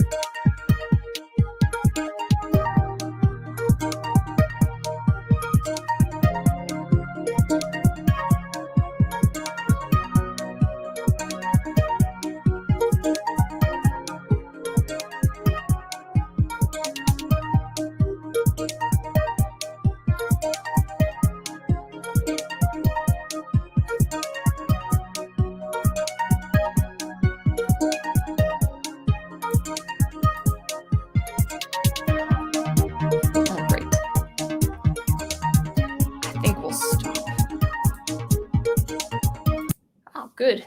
All right. So that was Happy Anomaly, my first track of my album, Happy Anomaly. This is the Wet New Records Bandcamp page, which will be continuing until July 17th. And then that will be taken down, and then I will produce my own. I'll find a way to produce my own. I have to, obviously. I do have a separate account, but let's go ahead and stop that. And yeah, very good. All right, so we were going to go back to my beloved prof. He had a comment. Yeah, there it is. We had wonderful first year anniversary. Of course, many to come. Best gift ever. Prof, I don't know. You might want to share that on your channel. I don't know. It's great. It's awesome. He did a great video with a video of us kind of meeting each other for the first time on stream, you know, on my different streams and then on his stream. And then he introduces the video before all the clips. He introduces the video with an opening Star Wars crawl, episode 1 And it's, instead of Star Wars, it's called Prof Engraver, Episode 1, The Rise of Eminem. It was great. It was just a great weekend. I already miss my prof. It's just this distance is just not working anymore. So anyway, this is what my prof says. Let me grab some water. Hollywood banks on the prepackaged audiences of older properties. Sadly, they've conditioned the newer audiences to expect modern adaptations. This is so weird. This is so strange. I mean, it's not, I wouldn't say it's strange in that they have no work to do. They don't have to do any work. As an independent artist, I find this incredibly infuriating that you feel like you have the right, the privilege to tell me all the things you need to tell me, whether politics, social issues, whatever the case is, because you have an audience already. You know how hard it is to work for an audience? I just made it to 1,500 subscribers, man. And I'm proud of that. But it's taken me it'll be 3 years this September since I started YouTube, posting a video every week. And now obviously doing more content as I'm getting better at it. But this, like, the nerve of these people taking over franchises because they already have a built-in audience, like a massive audience that can accrue so much money. It's just unfathomable. I can't say that word. Unfathomable. Yeah, I said that word. I can spell it. I can't say it. Yeah, just and then using that platform, that multi-billion-dollar platform with the millions upon millions of people as your hardcore audience, and then setting up societal expectations like, oh, we need a modern version of this to suit our needs. Again, it's our sensibilities. Really think about it, guys. Really think about it. This whole idea, this entitlement, like we need this old stuff to fit our modern sensibilities, is the same thing as the ideologue saying we need to be global. We need to reach a global. We need to have a global audience of all these different cultures, and we gotta. It doesn't matter. We don't have to understand their language. We don't have to understand their countries and their customs and their traditions. What we'll do is we'll put our Western sensibilities upon those countries by being global. We're gonna be very culturally diverse. I know I'm going on a rant. We're gonna be culturally diverse, but what the ideologues mean by culturally diverse is that they impose their own sensibilities on you. You have to understand culture the way they understand culture. That's the way their cultural diversity works. They won't bother learning the language. They won't bother exploring another country. They won't bother exploring different traditions and different religions. No. Okay.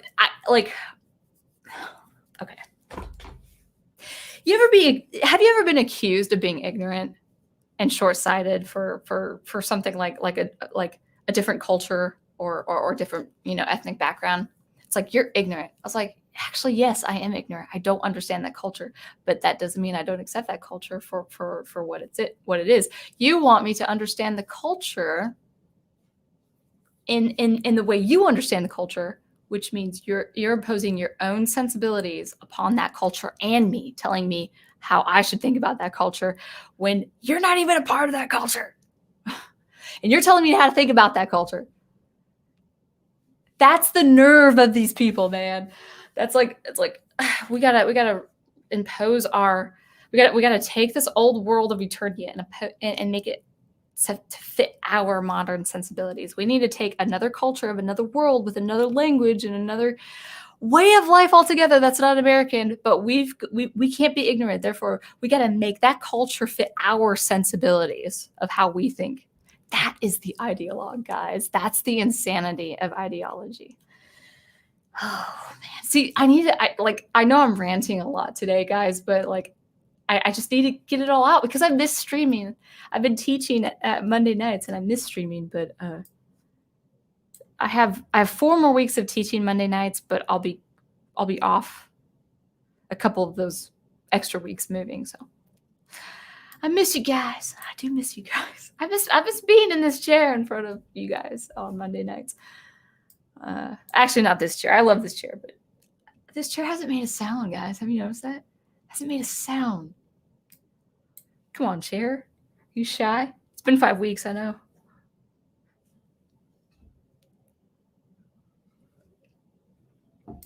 Rare was awesome. Yes, it was. And Wolf 10 agrees. Yay! Also, forgot about this fashion. The fashion of the 80s, early 90s is in. Is it really? Is it? I don't see it. But I'm in the South though too, so it could be pretty generic. Okay. So Wolftan's like, Rare. Alas, a device company than a game. I know. Gosh, I know. This is the game, the development, the developers of the games. Yes. So Wolften is kind of saying these words to look out for. Revelations, retelling, excuse me, untold. So.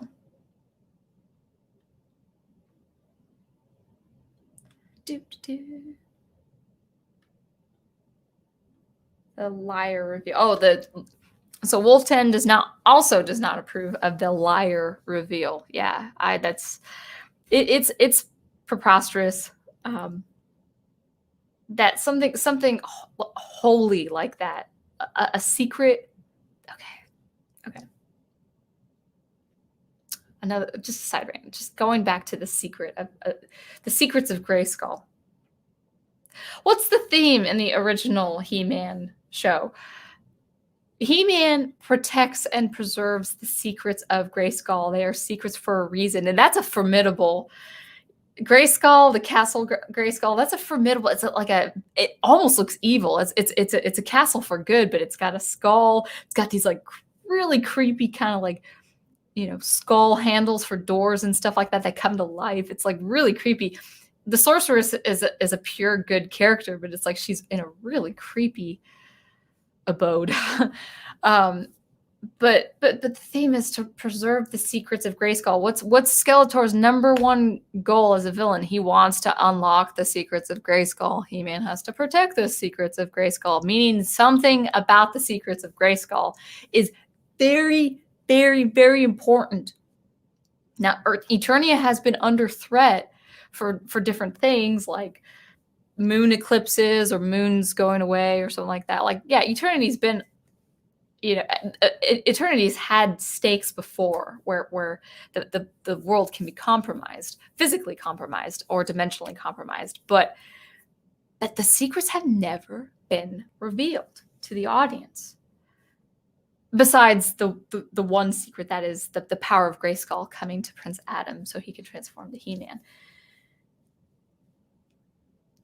So the unveiling or the revealing of those secrets, if that were true and it's true to the world, would be catastrophic. Now, obviously, they're going for the catastrophic this time around. But it's that even if that's the case, it gives the writers no license, no excuse to say that the secret that Prince Adam had with the sorceress was deceptive. It was evil to keep a secret like that from other characters, especially even a close character like Teela. Anyway, you're a liar. No, keeping secrets, especially important secrets and confidential information, is not lying. It's protecting. In most cases, it's protecting. If someone, as much as I would want to know something, like if someone were to say, I cannot tell you this for the safety and protection of your own life. Sure, I would be curious. But if someone who said it in a heartfelt way, and I could see their expression say, I have something I cannot reveal to you only to protect you. What do you do? What do you do that? You have to accept that. Anyway, no more rants. How many more rants am I?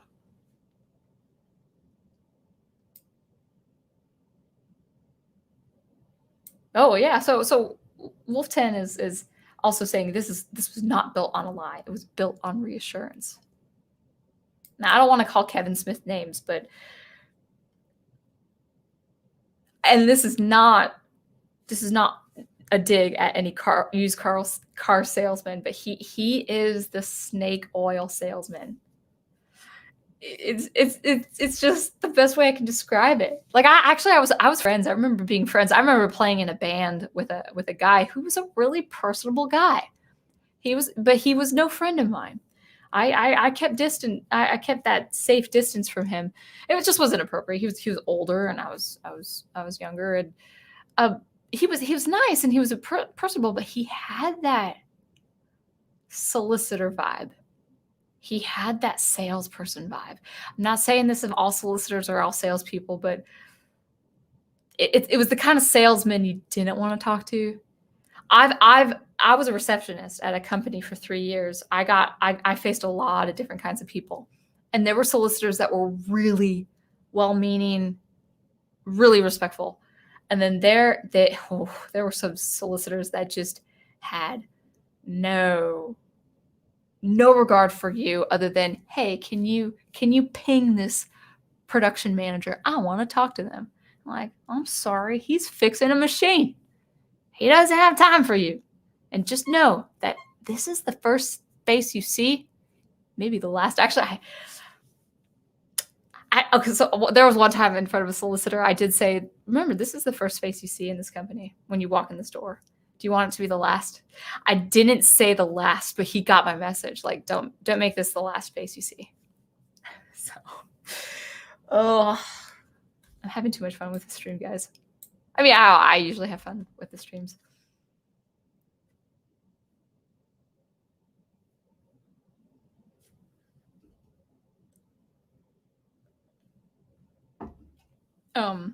Andre says, ever plan to watch He-Man 2002? I don't know. I don't have the need to watch it. I mean, I might out of curiosity, but the 2 seasons of Filmation is just fine as they are. I don't have a need for them to continue. I mean, if they stayed true to the stories, sure, but Filmation had it. Like, it was just the 2 seasons. Yeah, I wish there were more seasons. I think She-Ra has more seasons, but whatever.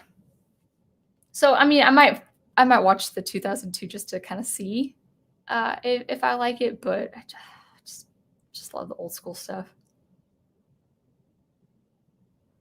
It's sad what they're doing to American icons like Captain America. I know. It's becoming where the weapon, the shield, the symbol is what matters. It's not the man behind the shield. No. Steve Rogers, guys. I saw it. I've seen enough. I need to see more, but it's not the shield. It's not the symbol. It's the man behind the shield. And it's not to say that mantle can't be passed on, but it cannot be separated from Steve Rogers. And people are just blatantly, like, writers are saying, no, it's not about the person behind the shield. It's about the shield. It's about the symbol, which is opportune for them to say, well, but we do want a Black Captain America, so it is about the person. Well, okay, Sam Wilson is a person. Steve Rogers is a person. What you're describing is a generic thing, which is very, very, I would say, insensitive. It looks insensitive to me.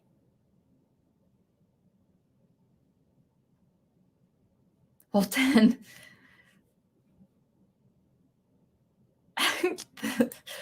being an adult is not a playground. I want playground terminology out of my adult world. Yeah.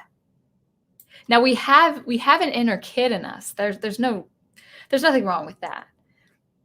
And I think we could have childlike wonder. There's nothing wrong with that. But when you shirk from responsibilities, 18 on, you should, even if you live in your parents' home, you should be thinking about how to maintain a responsible, decent life. Yes. Thank you, Samuel Proctor. I don't like it either. RT says, even adults can be childish and youngsters can act like adults. Adults can do stupid as the young people, but perhaps the age dictates one's actions. I'm talking about a mentality where they have not grown up at all. It's kind of like the Peter Pan syndrome. It's called like, there's I'm looking more into this. I'm kind of getting more into psychology and philosophy, just for my own personal enrichment. And this was discussed even as early as the 1800s, where there was this idea of the man child who had not progressed, even as a man, even as an adult, like as an age, had not progressed mentally into becoming an adult. There was no what's it called, tribal instantiation of adulthood. Now, it's not like we need a instantiation, or I think it's called a ritual of instantiation. I think we need a ritual of some kind, though, to mark the coming of age. You know, I mean, a lot of young adult books center around or revolve around a protagonist that is coming of age. This idea of coming of age, I think, should be ceremonious. Now, we have things like Sweet 16. I have a friend who his daughter just celebrated her sweet 16th birthday, which is great. Beautiful dress. Just it was great. She was just that young chicken, but at the same time, she's also transforming into a young woman. There is that kind of, it's not like a rite of passage, but it's that we should have some ceremony with the coming of age. We don't have that anymore. We don't have, at least not in our culture here in the 21st century. Because I tell you, in college, and man, I ended up unfollowing a lot of people I followed on Twitter, like, oh yeah, these are friends I knew from college, but they weren't really my friends. But the way they behave on Twitter, and I'm not even talking about being, catty and crass, in terms of discourse. I'm talking about immature. Like, I really don't even expect this of a 12-year-old. This is not healthy. You're not growing up. And that's what I mean. Yeah, I know lovable adults who are childish, but they're still responsible. And I know there's this one guy, this high schooler, he is incredibly sophisticated, both at his skills as a musician and just the way he conducts himself. The way he conducts himself physically, staturally, he looks like he's in his mid-20s or late 20s. He's like 17. So yeah, there's always that back and forth. There's a blend of the two, but I'm more talking about the Peter Pan syndrome, where they don't grow up.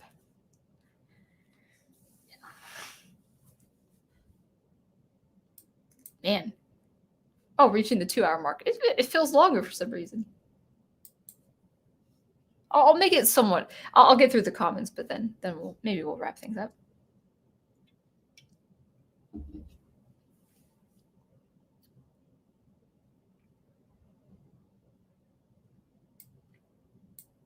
Wolf10 Media says, we know it's not Faker because they can't write villains that are not them as the villain, turning them sympathetic. They love making heroes morally questionable.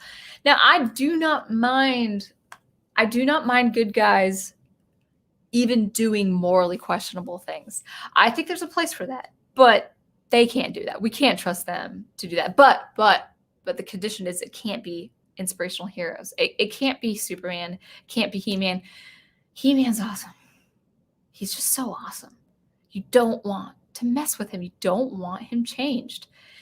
And he's out of bounds, man. As far as writing morally questionable things, he's out of bounds. Someone like Tila, who is a good person, who is fighting on the right side, I'd be careful with someone like her. But if you're gonna do it with someone like her. And it doesn't even have to be a featured character. I think you can write effective protagonists, main characters who do end up becoming heroes.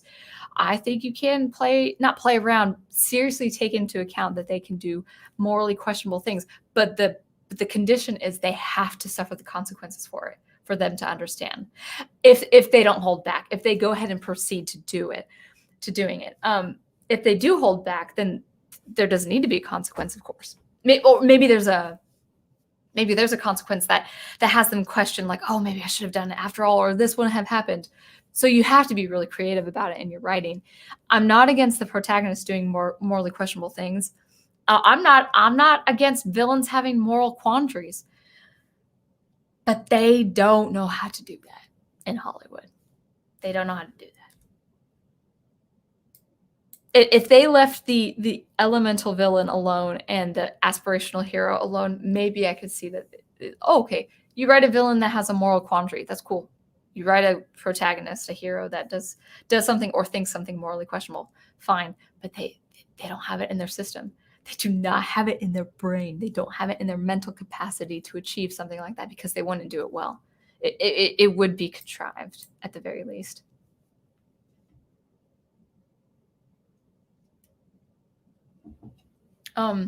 Good question, man. This will probably be a separate stream.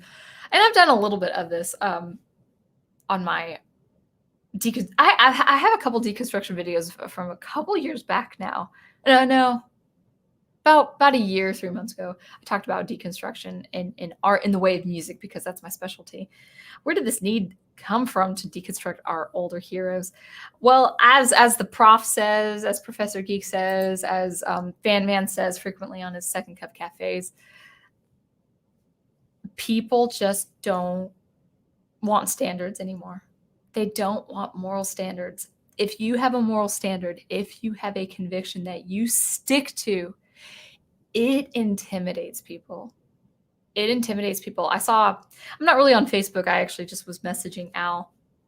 But I did see like a watch thread because we don't have the professor group anymore. And it's because of that I haven't really been on Facebook, but it defaults when I am on Facebook, when I do check on Facebook Messenger, it defaults to the watch thread. I was seeing a young Black American man. Oh man, he stuck to his convictions, man. He stuck to his convictions on what it's like to be a true American. And he got like 12 people like facing him, and 3 of those people in front were just like shouting, like, but this is wrong. What? And they're all reactive because they're college students and they gotta react like this. And he had to lift his voice. He had to raise his voice and be so dogged and adamant in his stance. And I'm like, man, like I agreed with him with what he was saying, but I admired him too. He stuck to his convictions in the face of a very tense situation. The group wasn't hostile, but they were trying to really tell him that he should be ashamed of what he thought because he was a Black American thinking that way. And I was just like, he's so brave. He's so brave. He's the way he looked, he's probably 10 years younger than me, if not younger than that.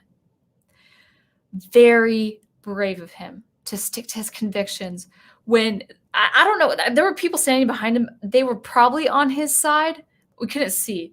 The camera was kind of panned where it was behind his back. You could see some of his side profile. And when he turned to another girl, you could see his side profile. You could see what his face looked like. But him being so dogged in his convictions and sticking with those convictions. Oh, so brave. So brave. People don't have even that standard anymore. I say it's admirable and I say it's brave because you just don't see that anymore. And I think that's, I mean, not to go into anything in history or in art or in philosophy, just what we see in culture today. No one stands up for their convictions anymore. Well, I mean, people in a certain way on YouTube channels, of course they do. Actually, let me take that back. We are seeing pushback. We are seeing people stand up to what they believe in more and more. I mean, when I say to what they believe in, I'm not talking about movements. I'm not talking about cultural movements. I'm talking about you leave me alone. Like, you leave me and my freedom alone. I'll leave you alone, but you leave me alone or I will push back. Again, I don't say do not resort to violence. and do not resort to vitriol. But there's got to be a firm hand. I was being accused of being so wagging my finger because of what I said about the deconstruction of this upcoming show on YouTube. I was accused of making assumptions and being objective by, groundless assumptions, and I was wagging my finger. That's how the gentleman, if you call him that, that's how he saw me. That's how he saw me in this discourse, and I didn't raise my voice in terms of text. But I told him, I said, listen, standing up for preserving art is going to look a little strict, and it's okay if you can't take that. It's okay if you can't take that. It's okay if that aggravates you. It's okay if I look strict. It looks okay if I look judgmental, man. I don't care. If you accuse me of being judgmental for having the audacity to being objective because of certain patterns I've seen in the last 8 to 10 years and the last 100 years of art, apparently my 3 music degrees don't count for anything. I remember what I remember in that college education. I know how to be objective, and it is okay to be objective and even to judge something before you've seen it because of patterns we've seen before. But oh, no. People were saying that's not being objective. You're just judging based on groundless assumptions. And I thanked him for the exchange, and I didn't go any further. And he had to end the conversation by saying, I guess we can't have an honest debate. I'm like, no, we can't. No, we can't, because you're apparently too aggravated by what I have to say. So if it looks strict, then it looks strict. If I look hard-nosed about things, then I'm gonna, that's the consequence, okay? I don't mind if I look strict. I don't mind if I look dogged and forward. People can call me prude for being a Christian. I love like the descriptor for the adjective for Christians, when articles really try to demean Christians, they say this staunch Christian. I'm like, yeah, I want to be staunch, man. I want to be seen as staunch in my faith. There's nothing wrong with that. Where's the stigma to the word staunch? Like, this person's staunch in their faith. So cool. I'm glad, because it looks like I stand for something. Just stand for something. That's all. Excuse me.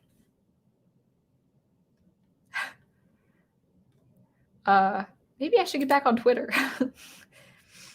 And Wolf10 says, and the villain's morally validated and vindicated. Yeah, that's the problem. That is the problem. Whoa, Sound, you savage. Probably. I'm just firm, guys. Just firm. I don't know what I said. I'll try to remember that comment. I'll try to remember what I said.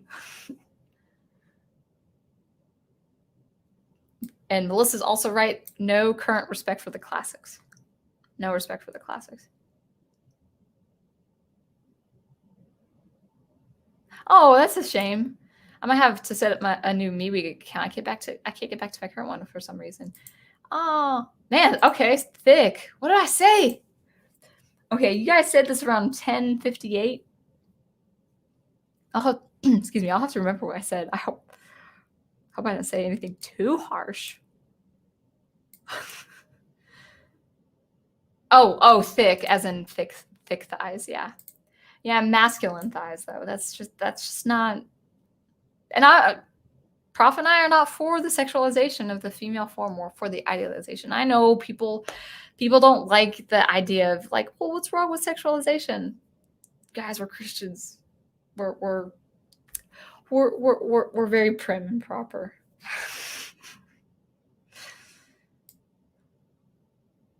Let's see. It was DreamWorks. Legend. Okay, Legend of the Seven Seas was DreamWorks. DreamWorks has good movies. Dr. Y says it was DreamWorks, not Disney. Okay, cool. But gender is a social construct. That assertion is a social construct.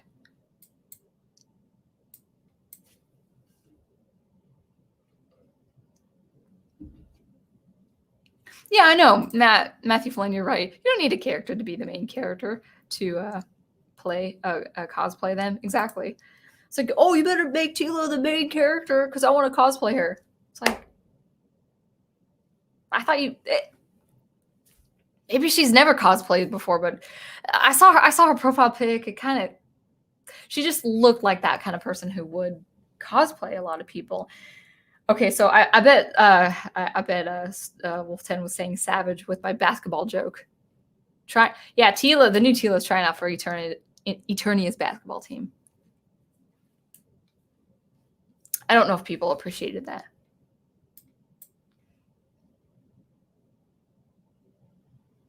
Oh, the 80s. Okay, the 80s Snarf was already innocent, clever, and extremely effective. Who was Snarf?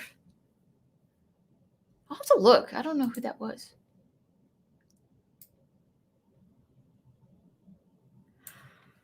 Getting a little tired. My bank account balance is a numerical construct designed to keep me down. Yes. Oh, I'm going to use that example. That's great. And the prof goes, I identify as a billionaire myself. Yeah, this is great. Melissa says, Aunt May, those eyes, those horrible yellow eyes. I remember seeing that movie. I know I haven't seen a lot of Marvel, but I remember seeing the first Raimi Spider-Man. And I do remember that scene. Yeah. I do remember that scene. And that's Orko. That's the new Orko. Those eyes, those horrible yellow eyes. The reason for his fumbling with his magic was because his magic didn't work in that dimension. His magic didn't really work effectively in Eternia. That was part of his character. That was actually part of him adapting to that world, adapting to his new home. Yeah. So anyway. Well, I don't know who Snarf is, Andre, so I'm going to say Team Orko.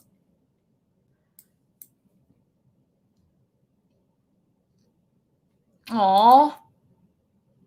Daniel says, you've got Sound Engraver, therefore you are truly rich. Yeah, that's a good way of putting it. Orko is now a floating Jawa. That's exactly right. Yeah, that's a good way of putting it. True dat. Okay.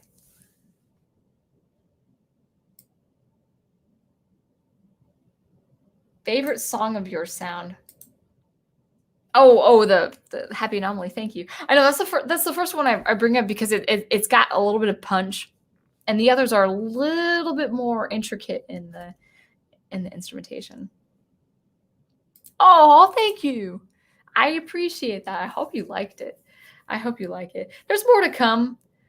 With the process of kind of moving myself away from the label and moving and just finishing the summer out with all the teaching and my job as a teacher, I've been composing every day. I've been working and editing my music every day, but it's just a slow burn. I'm not producing the output that I want to this year, and that's okay. That's okay. It's just there were things that were changing, and good changes, of course, but things are definitely happening. Things are definitely in the output box for this year. It's not like I'm going the whole year without outputting something more. I have a couple. There are definitely 2 projects I'd like to get out: a 4-track album and a single track. So we'll see. But I have a lot more albums to work on too. Oh, interesting. Samuel Proctor says, this music's great, but an odd mix with the movie I'm watching now, King of Kings. Cool. My eclectic music is really for people working on tasks like chores or paperwork or online work. One of my favorites I really end up liking a lot was Edgewise, my first track of my album Edgewise. Man, not funny. Not funny at all. I told the prof if we got wraps again that I'd get the same flavor, so we wouldn't have that risk.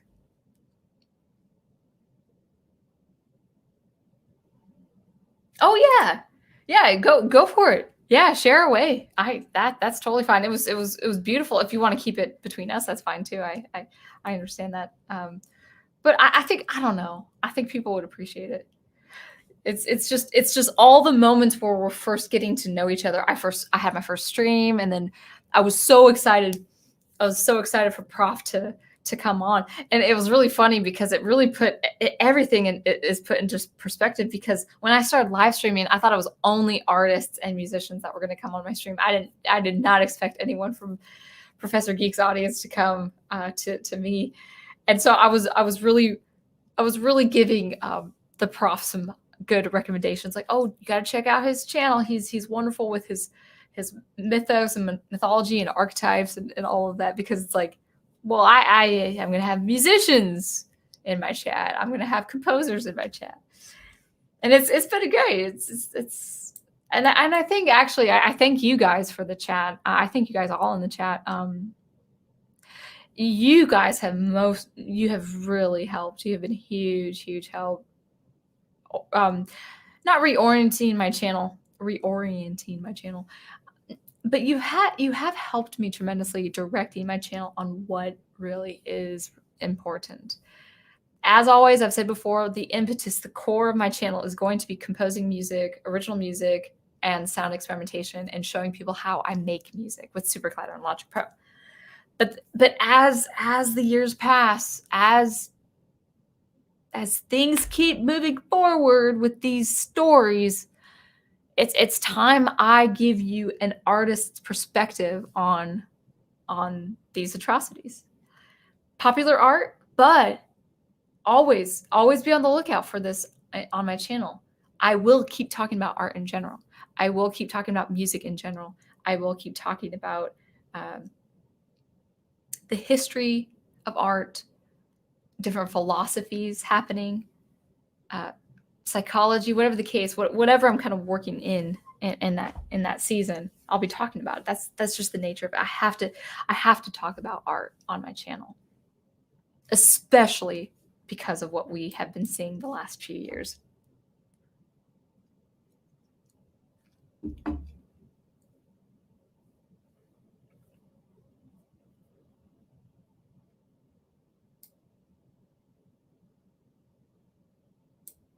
Yeah, exactly.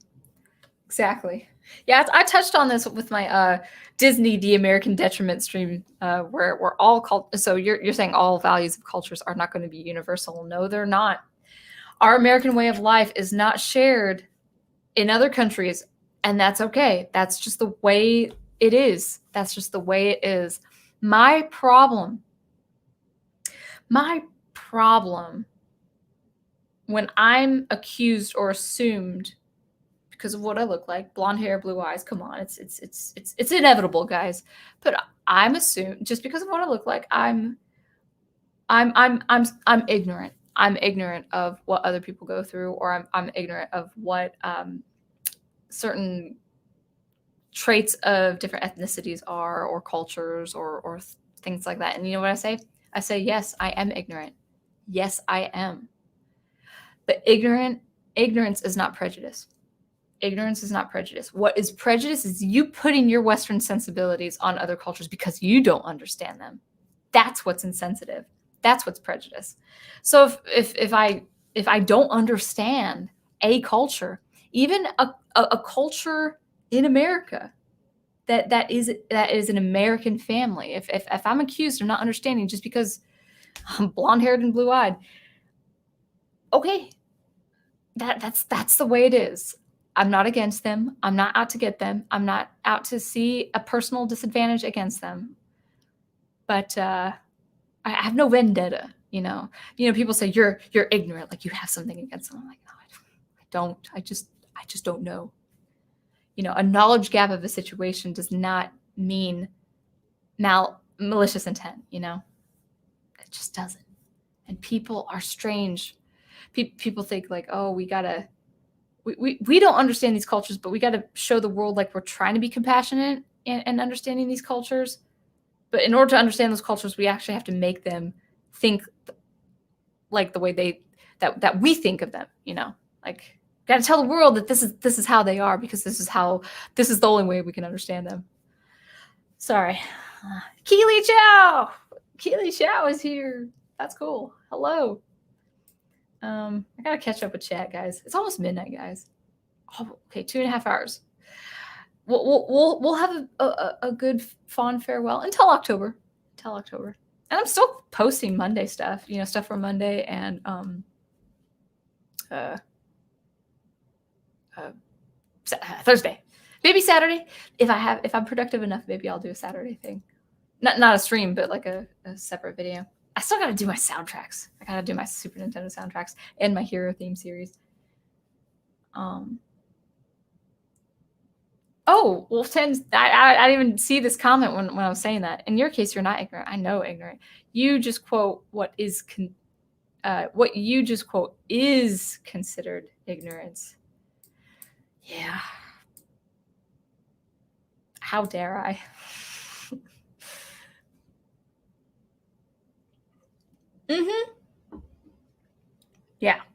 Yeah. Dr. Y, they condemn cultural appropriation, but they possess cultural ignorance. Like, yeah, I guess there was my sister was a janitor for a college for a while, and custodian, I should say. But yeah, so she did custodial work. And so she would read the signage in these dorms and saying, you cannot wear sombreros, for Cinco de Mayo if you're not of this ethnicity. And I'm thinking, I want the days where we see hat dances again, guys. Clapping music and hat dances. I want to know the significance of the sombrero, okay? People used it to not bake in the sun when they were taking a nap from work, when they were resting, that siesta from work. If you don't allow the appearance of the sombreros, you're not going to understand the significance of the industriousness of that culture anyway. Understand the symbol and the significance of the sombrero. Talk about it. Use that. That's what we did when I was in elementary school. Yes, kids of all types could wear all types of garments because it would be presented in an orientation or performance where we would start understanding the different cultures. Even, oh my goodness, like I would love to dress like I probably would do this more in a very specific setting. I wouldn't do this kind of in a regular haphazard setting, but a kimono, just understanding the dining process of the Japanese culture, understanding how they sat.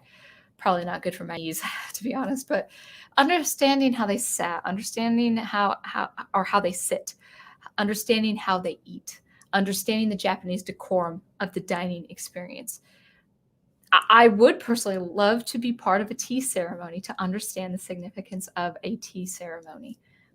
In that dress, I have no problem with that. And I don't think the Japanese would have a problem with that either.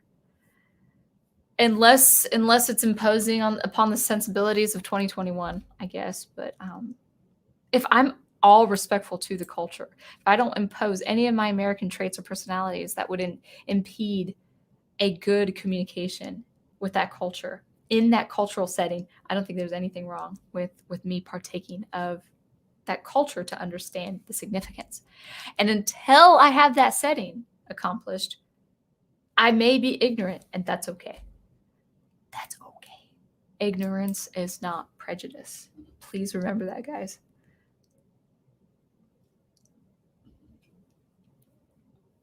Oh, yeah. Yeah. Wolf 10's like, ignorance is the idea that you think you know about something and you don't. Yes. Again, imposing our sensibilities of what we think that culture or that person should be. That's deeper than ethnicity and race, and religion. That's narcissism. Keely Chow. It's great to see you, man. Or woman. I actually don't know which you are. So I will just call you Keely Chow.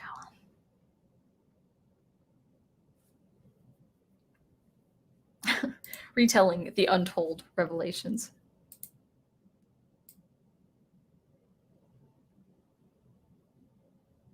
Network Remastered, Network The Reckoning, The Rise of the Retold Generation, or Retold Revelations.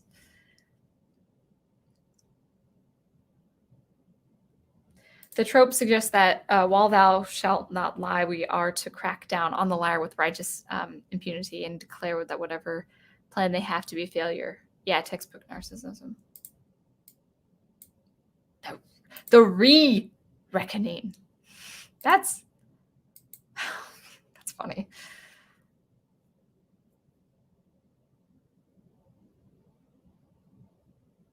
No, I don't like that.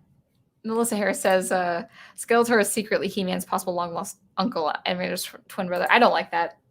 It implies one. There are two things I have a problem with Skeletor being He-Man's uncle. With that side backstory of Keldor.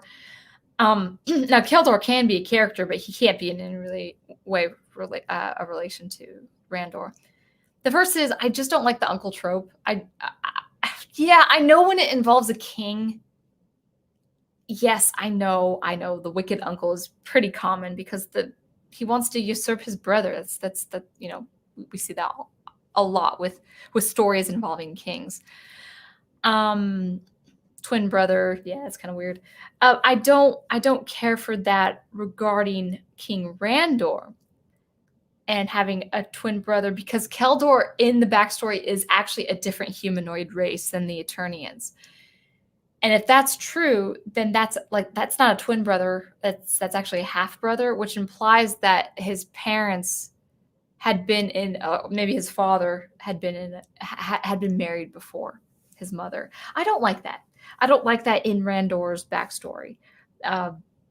So Skeletor to me, I think that the backstory that has been more or less accepted is I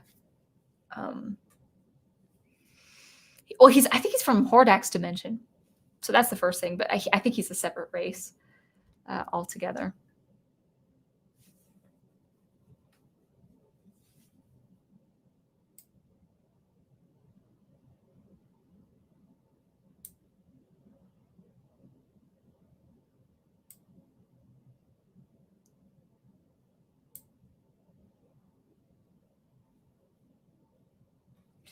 That's a pretty insightful way of putting it. So the character Sherlock Holmes says people lie to gain, to deceive, or to protect. Now again, we got to make this distinction real clear with He-Man. Prince Adam never lies. He infers. He uses dialogue in a way where He-Man and he could be two separate people. But he also infers that He-Man and he are very, very close. There's no real lying about it. So he just keeps the information. Keeping information from people is not lying. It's like, I can't think of a good example, but yeah. So in any case, actually, Prince Adam, Man-at-Arms, Orko. Orko's not as clever trying to keep the secret. He's kind of like, oh, hey, I guess we gotta get He-Man, huh? Sometimes he's like that. I'm like, come on, Orko. You're entrusted to the secret, so you gotta do your part to protect it. But as far as dialogue is concerned, it's keeping information from. It's actually not an active lie.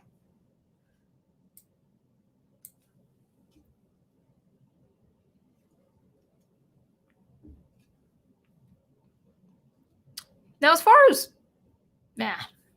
I'm putting myself, I don't have my Bible in front of me. I'm putting myself on the spot. 10 Commandments, I thought it was, thou shalt not bear false witness, which probably could be interpreted as lie, but yeah, in any case, that's something that is a very good topic to explore. You know, where is it appropriate to fabricate? to uphold the good or to protect people.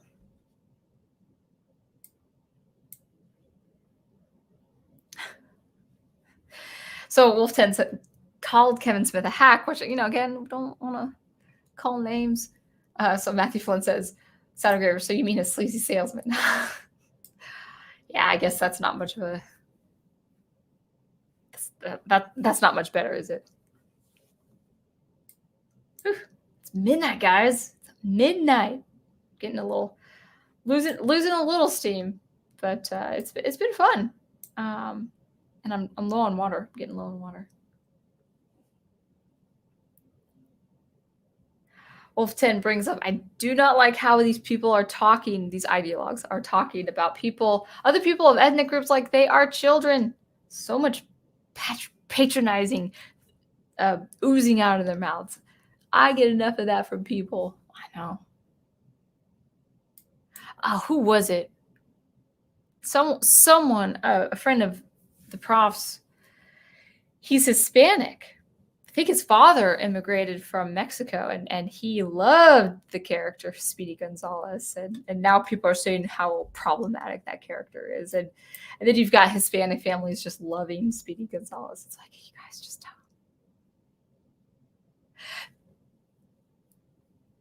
don't. It says that you have a problem with what this looks like, which means you have a problem with what these people look like.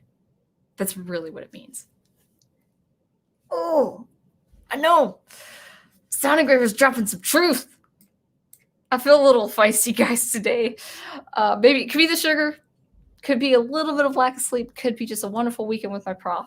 Could be the fact that, streaming hasn't been around. But, yeah, just dropping truth, guys.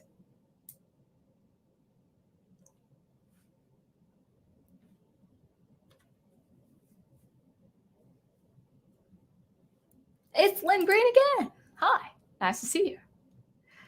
So you are catching some of it. Hopefully you can catch some of the replay. I made some really good points on my lecture, I think. All right. Dr. Y says, I'm 30. I'm borderline Steve Martin Silver. Embrace it. I promised the prof that I will never dye my hair platinum blonde. I will not look like a Karen. If I ever dyed my hair, it'd probably be like a chestnut brown. It's kind of flat looking right now, probably the color right now because of the light, and then also I just got to get it trimmed. It's kind of getting all over the place. So it doesn't have that healthy blonde glow right now.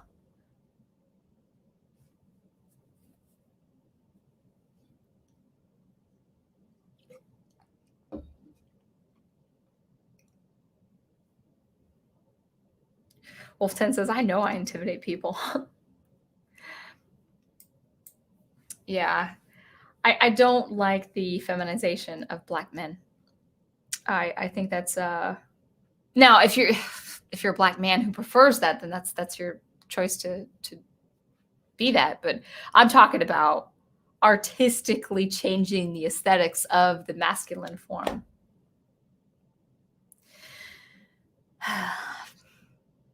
Biology, physics, anatomy. The strongest athletes out there are Black men. We don't need to feminize them. It just drives me up the wall. Okay, so my sister calls it androgynous. We're androgenizing people. We're making men look more like women. We're making women more like men, and that's what they're trying to do. They're trying to androgynize people. They don't like uniqueness and diversity in its truest form. Okay, I gotta stop like streaming before I let my tongue loose. So I bet it's part of Professor Geek's Friday streams. He's got some edge, not edge in a bad way or any way that's not virtuous, but he does talk about current things because it has so infiltrated our art. It's very sad. Anyway, let me go through these comments because I'm actually losing steam, and if I talk with my tongue flapping, we we could all regret it. So let's kind of move along down.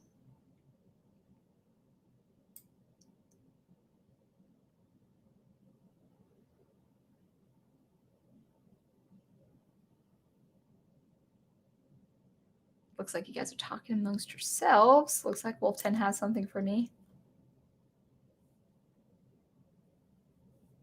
Yeah, good.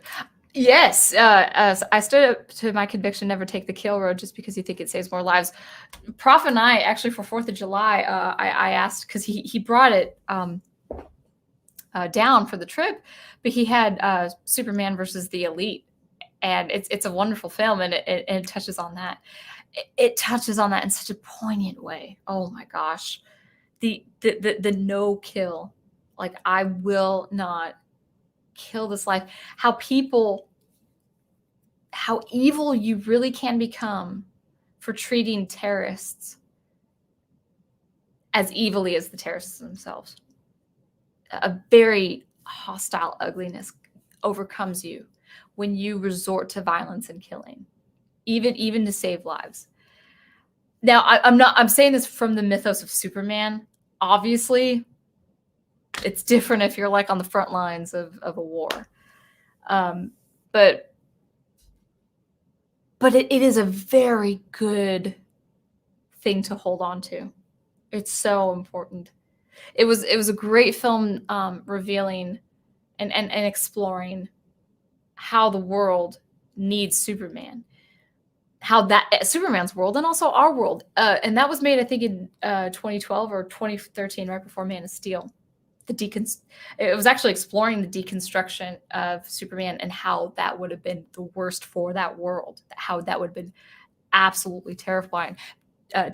He wasn't evil, but there's a beautiful part of that arc where it explores that idea, and everyone is mortified and horrified and terrified of that idea. They realize they need that good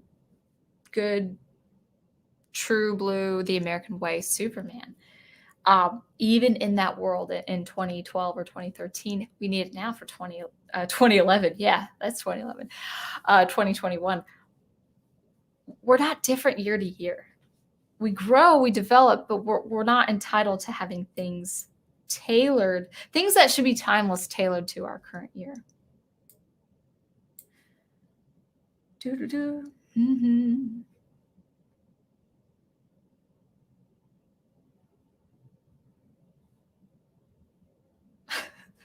Dr. Y says, I don't like to use the word woke, but I'll use it in this context. The woke crowd will regret everything when they are met by the awakened crowd. Yeah, exactly. Staunch stream. Hello, Samuel Meyer. Nice to meet you.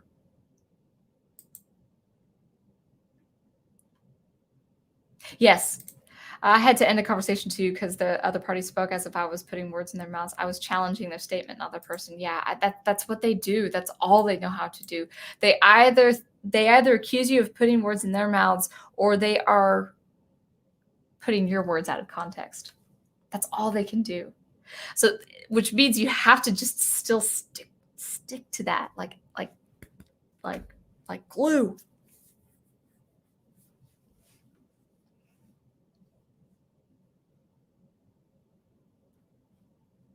Samer Practice says, groundless assumptions. We're just dodging the whip that they strike us every time we come back. Dude. Oh, you there, herder with a whip and barking dog. Well, we want to go over there in those pastures. But we're coming to you so you can guide us to go to those pastures. Oh, no, you don't want us to go there? Oh, you have the whip? These are like, we're cattle, guys.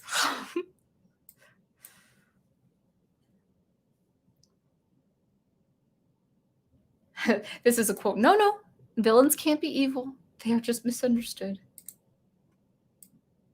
Yeah. Oh, I'm getting low on water, guys. We're coming on the time.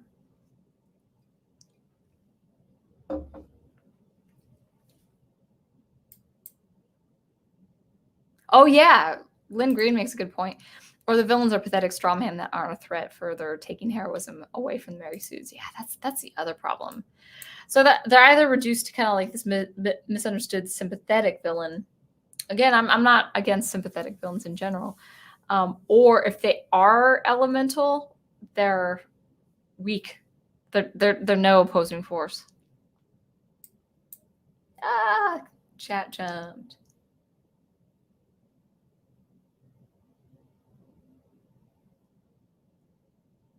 Oh, thank you, John Hansen. I can hear your tracks in some sort of indie game. If there was a project I could get on board with, and they asked me to do music for, I would love to do that. I'm not. People ask me, don't you want to do game music or film music? And it really would depend on the project. It would depend on my skills and expertise and the project, what they would look for. For instance, I can't compose for a film that requires an orchestral score. I haven't composed orchestral music in like 12 years. So that would, but if, that would not be an option. But if it's like a film that would work with some eclectic electronic music, or even hardcore electronic music, because I'm getting better at that too, then I could do it. But again, it does depend on the project. The project has to align. It has to uphold not everything about me, but it uphold one or two pieces of virtues and values. Beauty and the Geek. Yes, that's right. Or should it be Lady and the Geek? Well, he's not a tramp. That's the first thing to decide. I would say it's closer to Belle, but he's not cold-hearted either.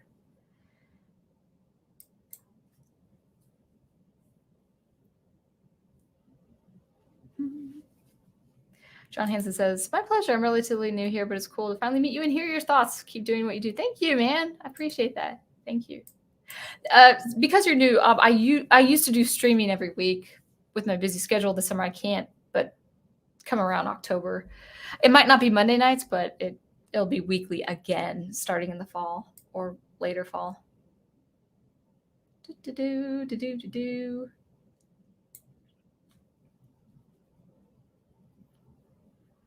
No, that's not true. Well, Ted, that's not true. I was thinking sound went Pac-Man all over the Prosperous. That's not true. That's not true.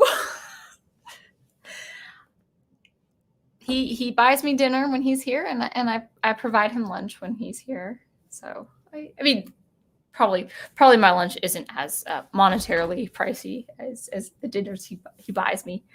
I don't raid the fridge, Wolfton.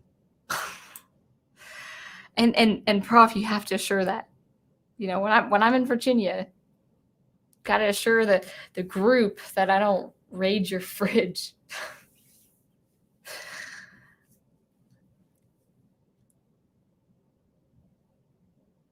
Let's see. It's been that way since you Americans declared independence from us Brits. What was the context? But I hope you're doing well, Matthew Flynn. We've had our regulations lifted finally. I understand it's been a slower burn for you guys in the UK. You guys are in my thoughts and prayers. I just don't like it. What suffocates? It's suffocating to me is like it's one thing if you agree with the lockdowns in the UK or here in the United States, but the UK, man, it's locationally and physically a smaller country or set of countries. It's an island. It's an island, and that just seems claustrophobic to me. So I hope you guys are having less regulations, or at least a lot more protesting. Yes, and yes. Lynn Green says cultural appreciation. We don't have that anymore. I'm so glad I grew up in the 90s.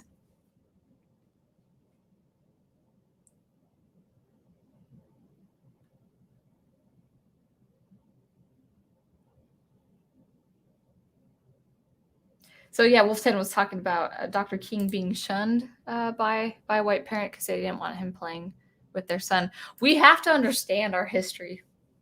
We have to understand our history. But the way we understand it is we go back to it and explore it. We do not deconstruct it. We do not rewrite it. We have to not embrace it that we condone the errors of our ways, but we gotta know our history. We gotta know the stuff that makes us uncomfortable, and learn from that. But these people, these ideologues today, they want to rewrite history, and that's the bad thing. It's let's see. How do you pronounce your name? MVG? Can I just call you MVG? MVJ? I don't know how to pronounce your name, but welcome. Teach the culture. Thank you. And Peter DeRosa is here. Loved your video on chronocentrism. Thank you. Thank you. That was the Disney stream, the American Detriment stream.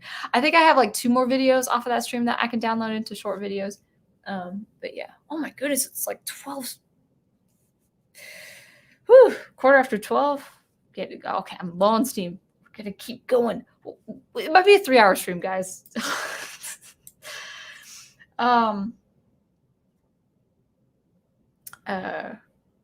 Yeah. Wolfton says, how are we supposed to educate ourselves of one's culture if we don't partake in it? That's just so dumb. What are we afraid? What? They're afraid of us going, gasp. Yes, they are. Yes, they are. Yeah, Lynn Green. So it does come from the original comics. I'm still not a fan of that. The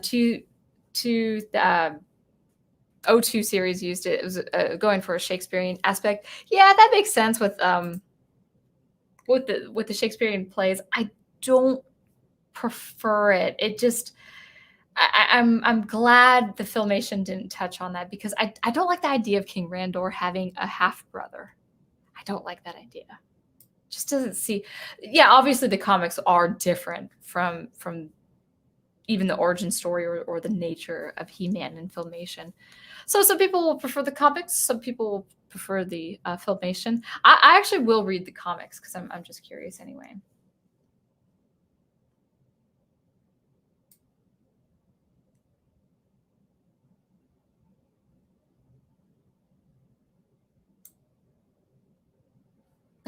Thank you, Wolf Ted.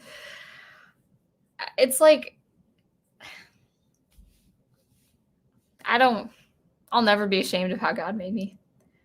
If people tell me to be ashamed because of what I look like these days and how I'm ignorant and privileged and all that, it's like in the book of Acts in the book of Acts, chapter 26, verse 17, God designed everyone to be in a very specific boundary of the world at a very specific time.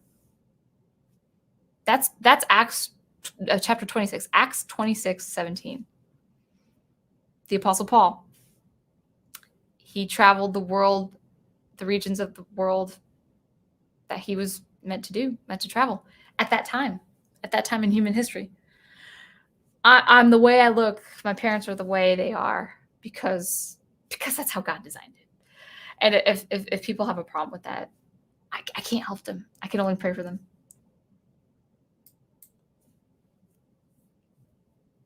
No. What I told you is true from a certain point of view. No. I love Star Wars. I still don't care for that idea. But that's maybe not even another topic, but Speedy Gonzalez is a legend. He is. He's a protagonist. He's a hero. He fends for his people who are starving. He's the only mouse that could get the cheese. So his people don't starve. Dang it. That's pretty heroic. He has to thwart Sylvester the cat. Probably other enemies too,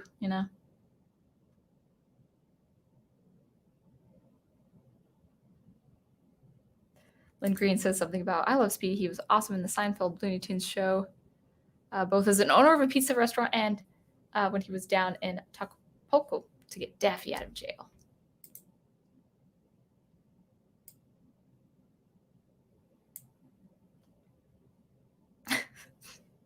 This is the prof. Also dropping truth. Men have no business in skinny jeans, pedal pushers, loafers, man buns, etc. And beard ponytails, man. That's so weird. Like unless it's like a dwarf, like your Gimli who makes his beard decorative for warfare.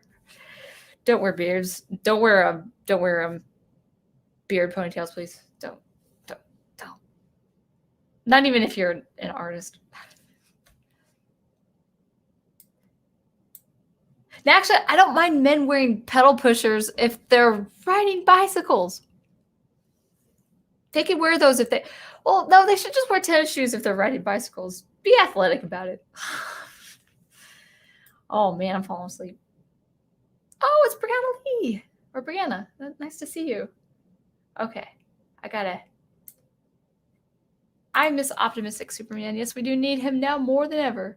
Movies have become way too nihilistic. Absolutely. All right, guys, you keep commenting. I'm trying to catch up on chat. I actually thought it was gonna be a really slow stream. I thought it was gonna be like 2 or 3 people. Thanks, guys, for sticking around.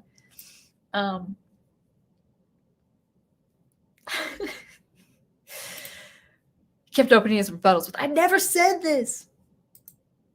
Oh, I thought you were talking about me. Oh, you're talking about the person. Oh gosh, yeah. I don't care for when people forget what they say in their own arguments.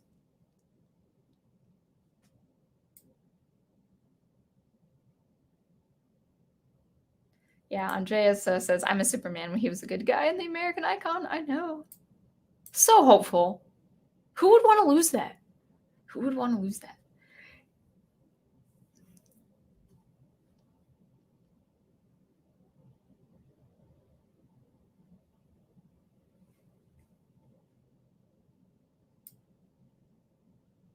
All right. Do.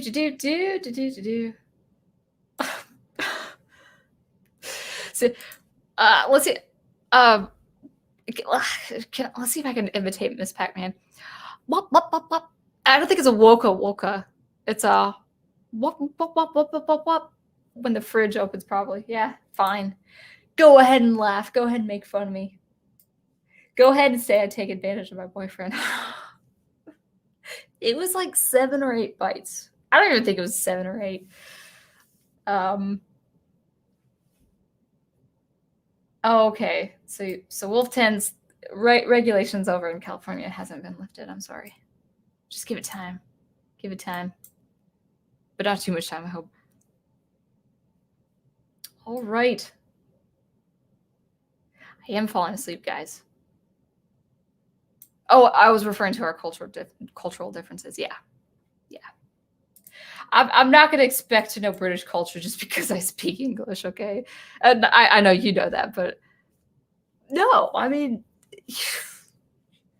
if someone accuses me for not knowing British culture, then that's fine. I haven't lived in England or just the island in general. The islands in general.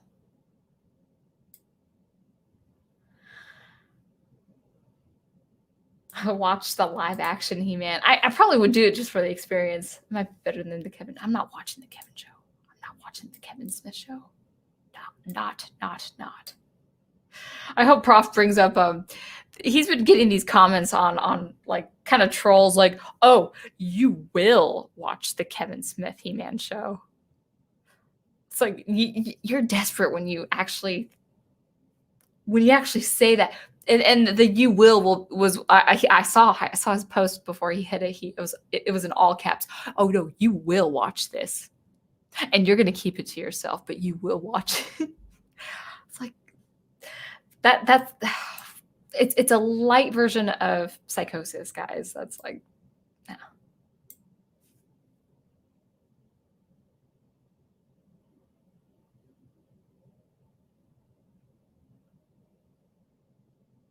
Oh no, Wolf 10.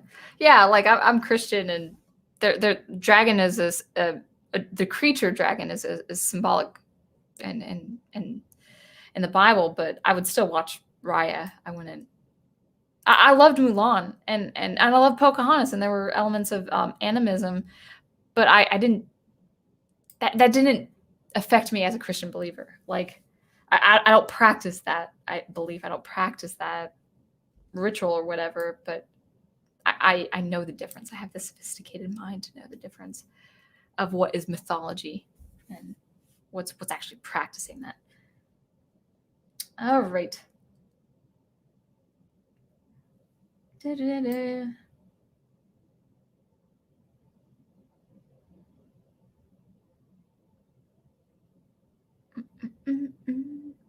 Yeah, Samuel Myers says Speedy Gonzalez is the Robin Hood type is the statement that I wasn't. Oh, it's a statement I wasn't expecting to hear tonight, but what the one I needed to hear. That's good. Yeah, I'm thinking of that episode where he goes into the factory, but like Sylvester's on guard. But I think his people, Speedy's people, are poor and hungry. So he actually is stealing excess cheese or whatever from the factory. Gosh, I remember that from a while back.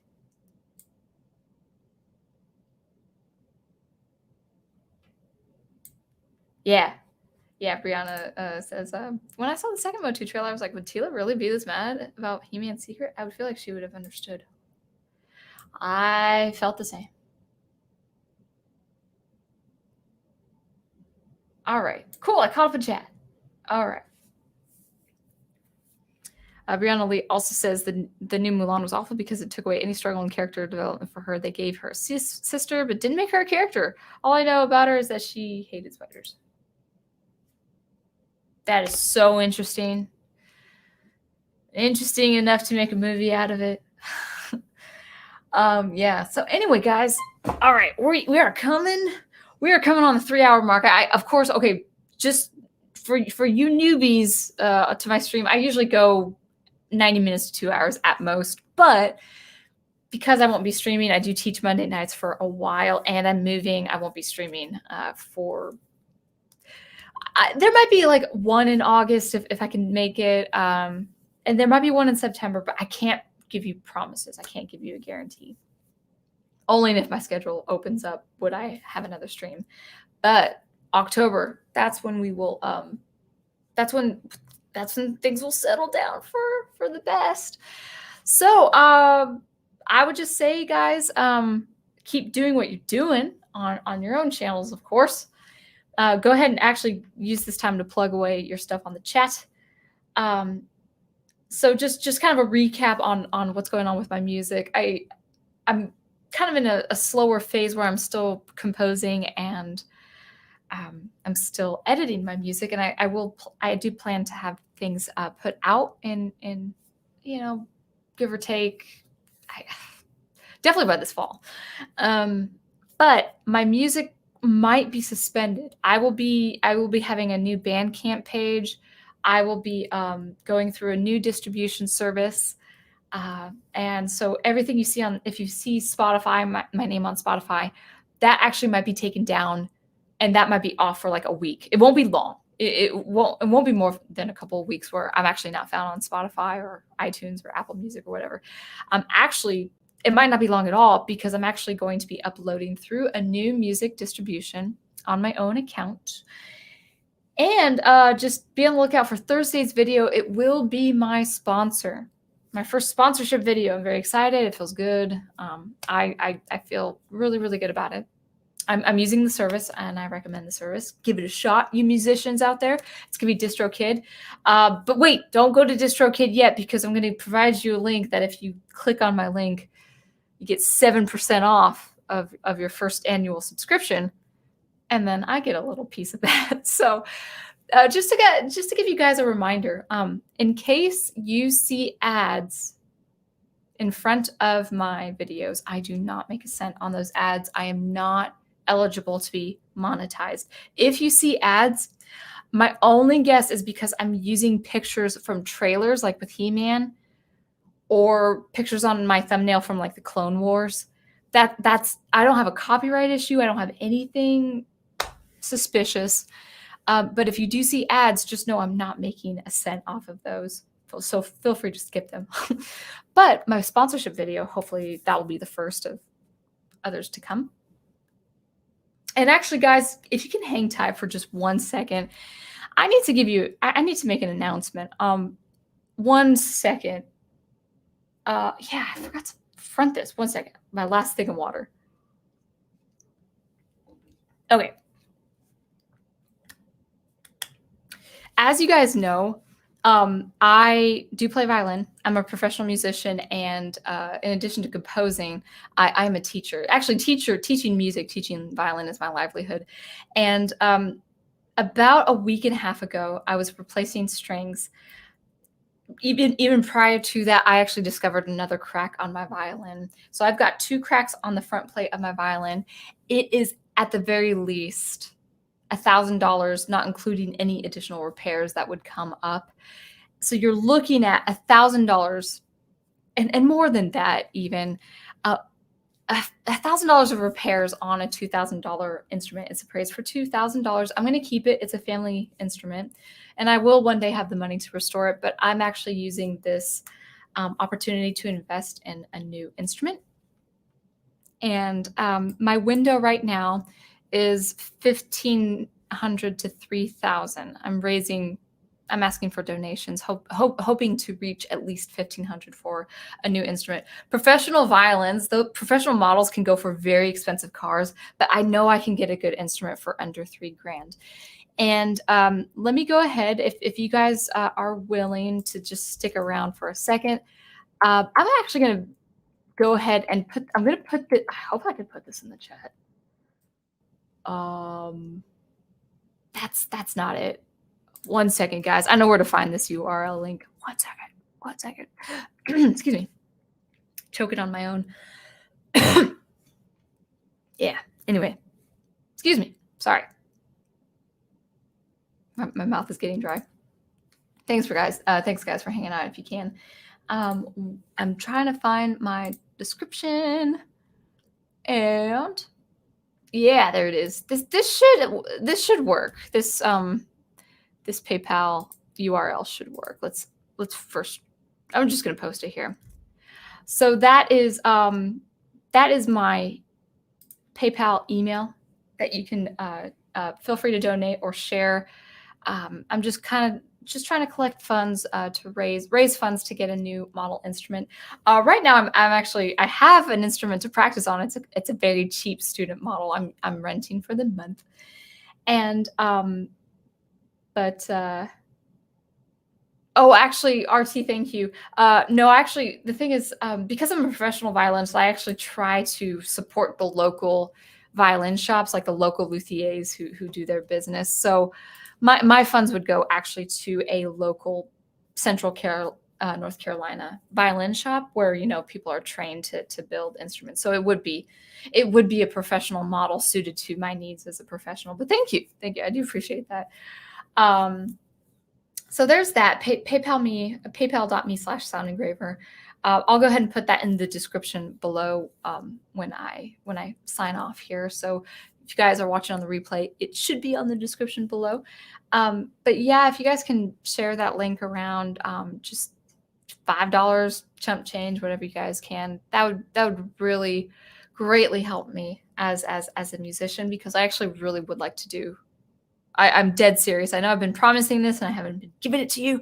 I know Shot Down in Flames was one of those people. But part of my channel will also involve violin. And so I'm needing a new instrument. So RT, no, I'm not interested in building a violin. That takes years of schooling. I am happy to pay. Happy to support the luthiers. That's a whole other animal right there. If I learned any new skill, it would be mastering my own music, mastering engineering. But even that's a far away goal. So that's it for my news on the violin. So hopefully I'll find something at the end of summer, or at least by the time I settle in Virginia. So anyway, guys, I don't really want to extend too far. I'm kind of getting tired, and you guys are just great hanging out on the stream. Do appreciate that. But really tune in. Of course, tune into Professor Geek's book studies on Thursday on the EU, Star Wars EU. Also, Catholic Bible Geek with Big Al Presents. Actually, Big Al for both book studies. So Catholic Bible Geek, Tuesdays at 10 p.m., Lord of the Rings. And Professor Geek, Thursdays at 10 p.m. for Darth Bane Trilogy EU content. And then, of course, you guys know for all the rewatches and all the live streamings that go on. And yeah, I really hope to come back again. I will come back to streaming. I miss you guys all. I miss chatting with you guys. It's so fun. Fear not, I will return, and fear not, there will be commentary on my channel. So always be on the lookout for some more sound experimentation every Thursday, some commentary so far on Mondays on popular art. And until I see you next, talking to you streaming wise and all that, keep producing and preserving the art you love, and I'll catch you later. Bye-bye.